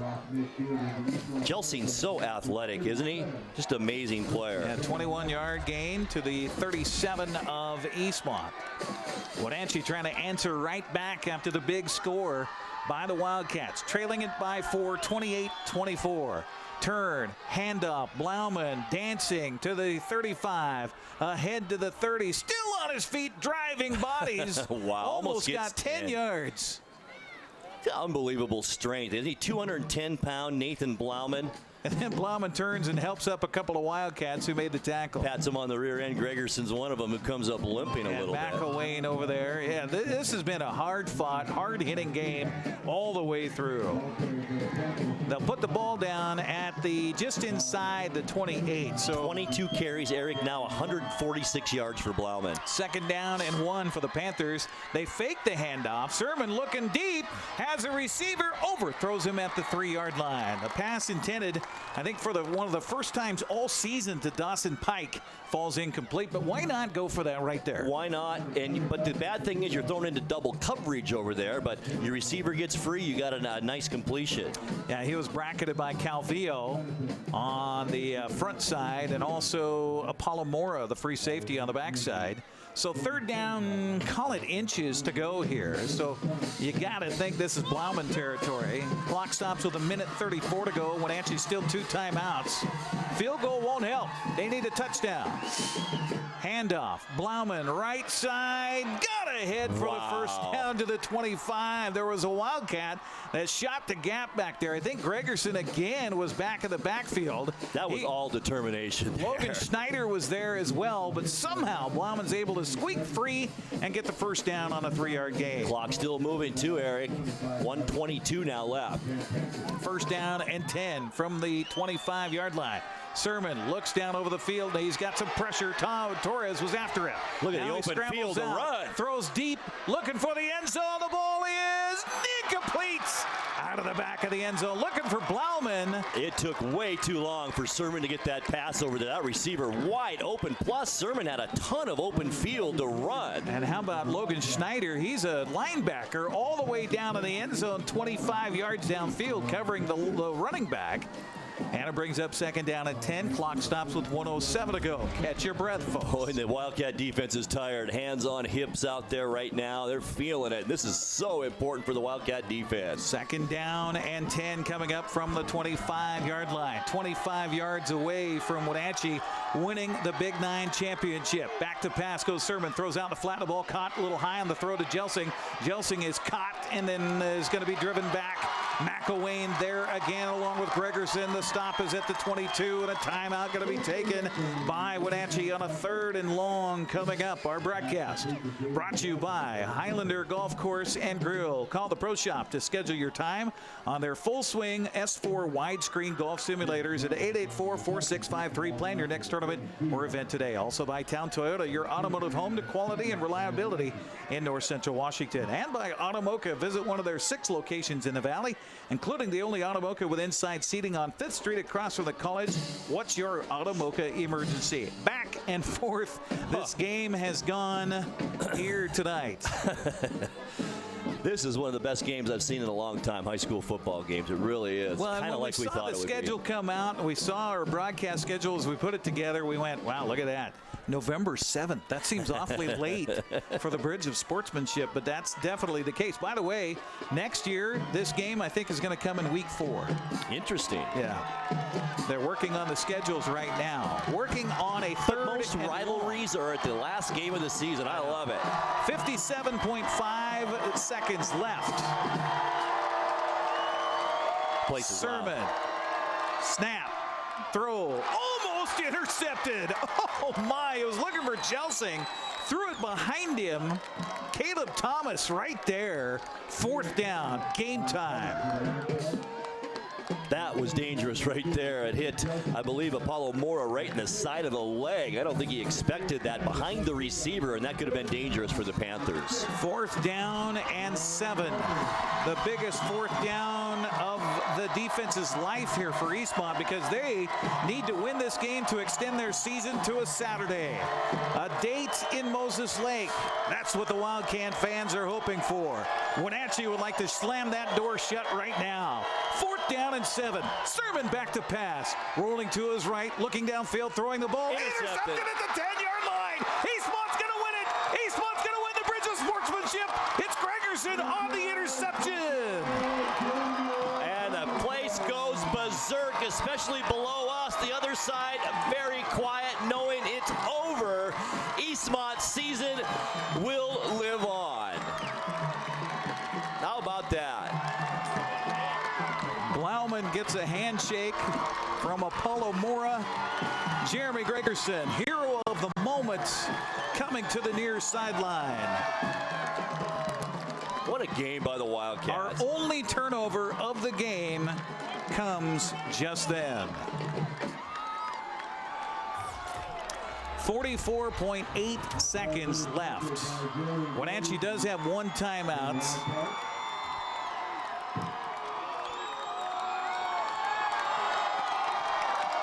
And how about these seniors on senior night? Absolutely. Got to hand it to Eastmont. They played a whale of a football game and did the things they needed to do when they needed to do them. And that was the key to their victory tonight. Wenatchee went into the half leading at 16-14 on a 39-yard field goal.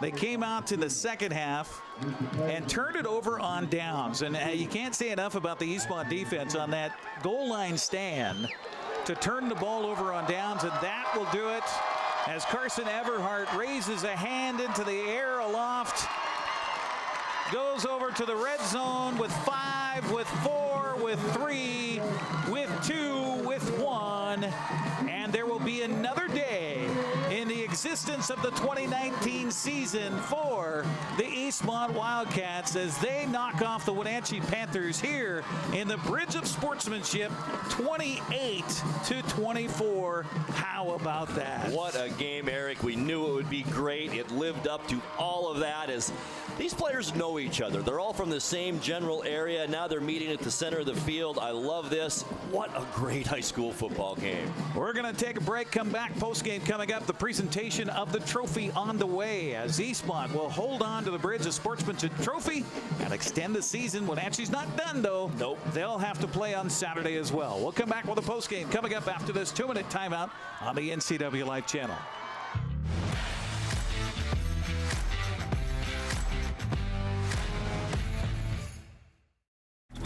JDSA Law is a proud sponsor of these local sports broadcasts. They've been serving North Central and Eastern Washington since 1946. For over 70 years, their team of dedicated professionals has delivered quality, innovative legal services. JDSA Law partners with you to provide the finest legal advice and support as you navigate your personal and business challenges, risks, and accomplishments. At JDSA Law, they salute our local athletes and wish them well on another excellent season of competition.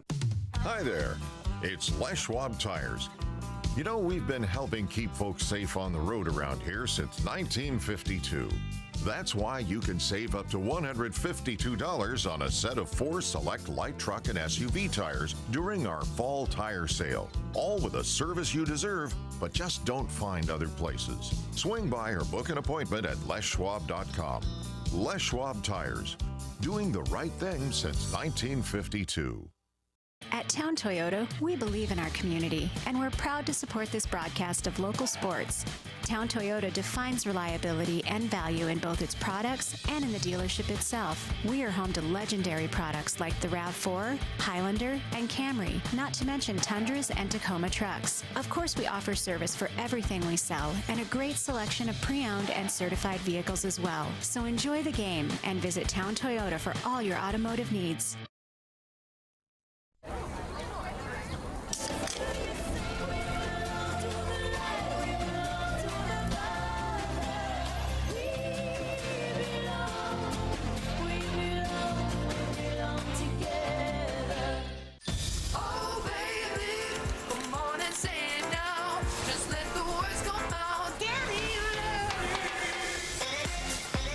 No calories, no sweeteners, all smiles. Bubbly sparkling water. Crack a smile.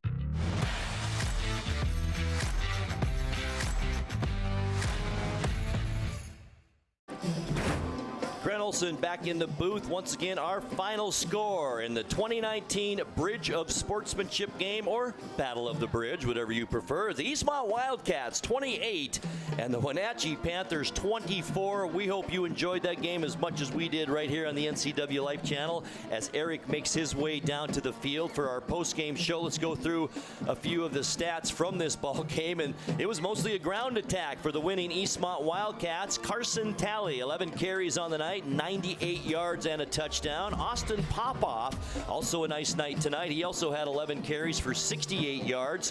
For Corbin Keys, 6 carries, 16 yards on a touchdown for Keys. Austin Ruffins, the freshman, he's going to see a lot more of these Battle of the Bridge games. He had 6 carries for 33 yards.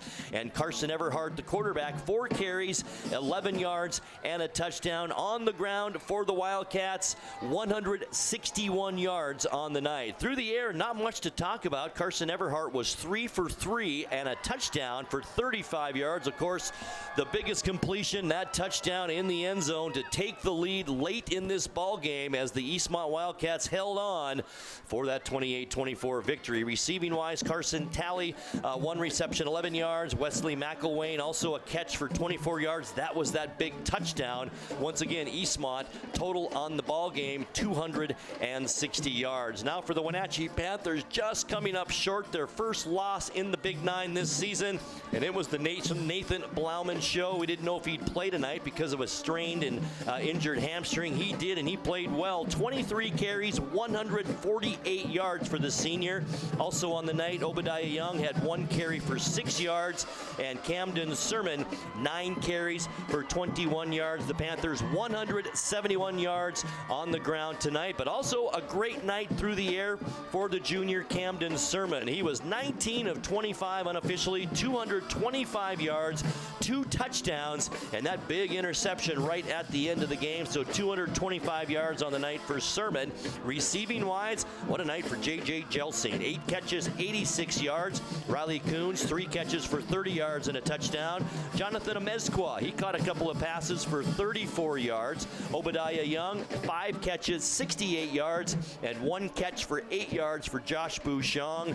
Once again, 225 yards through the air for the Panthers, 171 yards on the ground, 396 total yards, and that's considerably more than the 260 for the Eastmont Wildcats, but it doesn't matter. On the scoreboard, Eastmont 28 and the Wenatchee Panthers 24. We will take a break and we will send it down to Eric Granstrom for our post-game interviews and more right here on the NCW Life channel after this. Stay with us.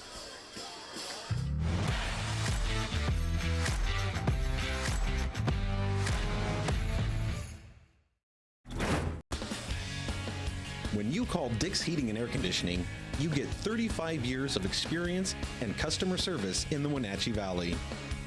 Dick's friendly staff strongly believe in repairing before replacing and service all major brands of HVAC units. Dick's Heating and Air Conditioning is your local, independent, trained comfort specialists, proudly serving all of North Central Washington.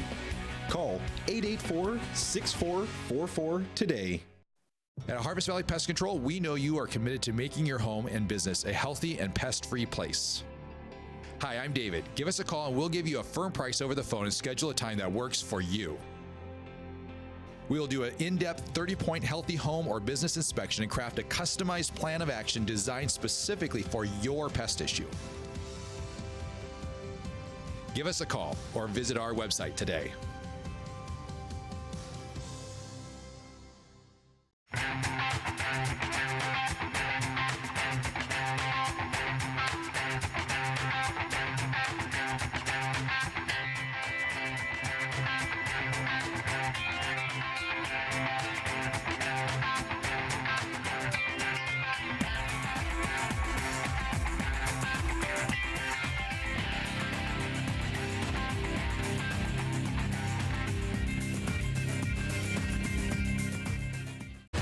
When the people you serve are your friends and family, you see the world a bit differently. You understand that your survival depends on the health and strength of your relationships. Your word is your reputation, and that doing the right thing is the only way of life that matters. At Confluence Health, we remain humble. Trust is a gift that is earned, a privilege, an honor. And we remain grateful for the trust you place in our hands. What's your Automocha emergency? It's a Frappuccino mocha with whip. The espresso shakes are my most favorite because I can get any flavor. Peanut butter chocolate for pita. Definitely espresso shakes. My favorite is the mocha for pitas. A peach Red Bull.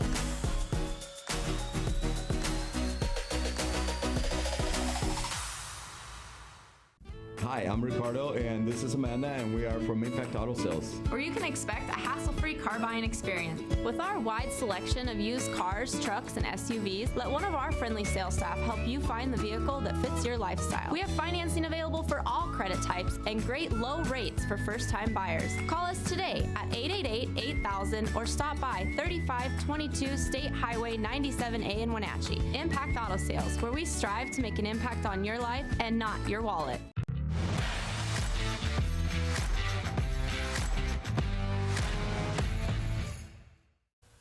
Welcome back to the postgame show here on the NCW Life channel. Well, there you go. The Eastmont Wildcats have won the Bridge of Sportsmanship yet again, and in the process here at home snap a 10-game losing streak to Wenatchee here on their home field. 28-24 is the final, and Wesley McElwain caught the game-winning touchdown. How does that sound for you? I mean, it's what you dream of as a kid, you know? You think about a close game and you want to be that kid that makes a play, and Coach Don let me do it, and it happened.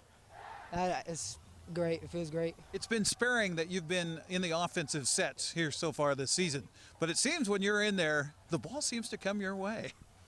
He gives me a chance. I mean, that's all I can say. Coach Don trusts me, he says I can make the play, so I just go out and try to do what he wants me to do.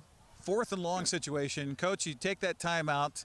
Tell me about that play call and about bringing Wesley in there. Actually, originally we were going to run it under center and then play action boot, and then coming out into the timeout, had an opportunity to think about it a little bit more. We figured we'd give Everhart a little bit more room and gun, let him be a tall body guy, and Wesley running a corner out. We had a comeback underneath that was at first down distance. Their corners had been really aggressive all night, and he came up and Everhart saw him knock deep, and he threw it up and gave Wesley an opportunity to go make a big play, and obviously he made a big play. Wesley, when you got down in the end zone, you see the ball coming to you. Is there anything going through your head at that moment? I'm going to score. That's it. I'm going to score.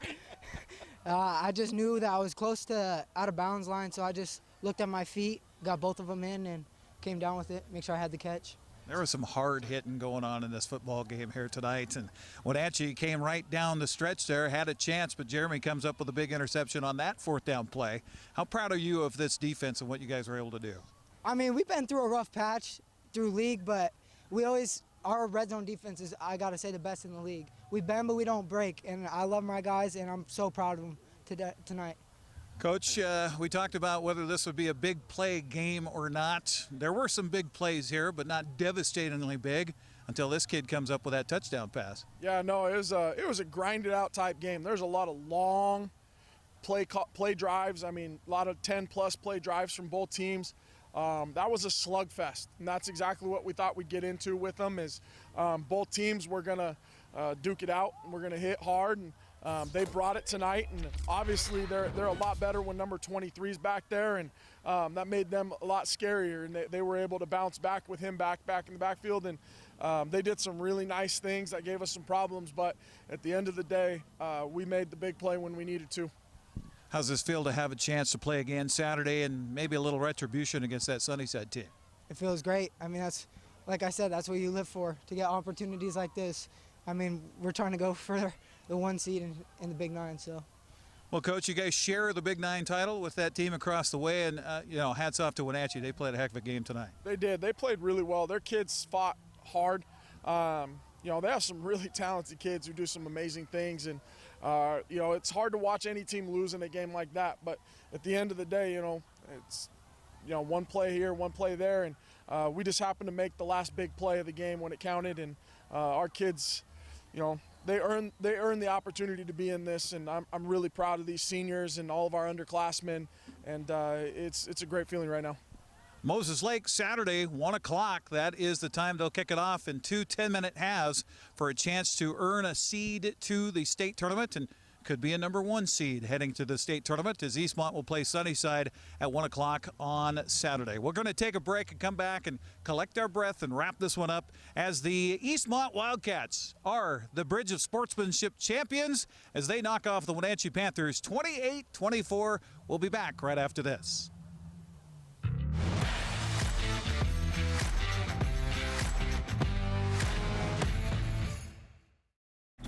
JDSA Law is a proud sponsor of these local sports broadcasts. They've been serving North Central and Eastern Washington since 1946. For over 70 years, their team of dedicated professionals has delivered quality, innovative legal services. JDSA Law partners with you to provide the finest legal advice and support as you navigate your personal and business challenges, risks, and accomplishments. At JDSA Law, they salute our local athletes and wish them well on another excellent season of competition. My name is Brian Thorpe.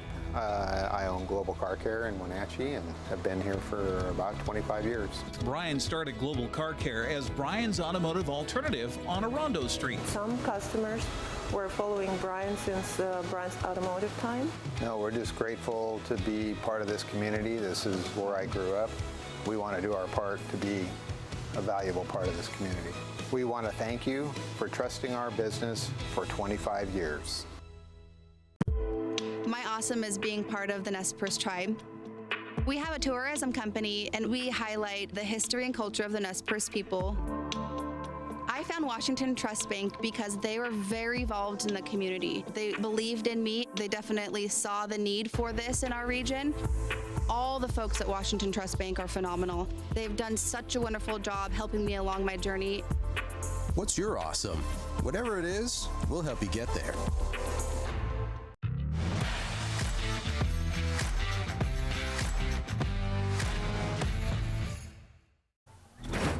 One more time around here at Eastmont's Wildcat Stadium, where the home fans are celebrating, and the team is still celebrating behind me here, the Bridge of Sportsmanship Championship.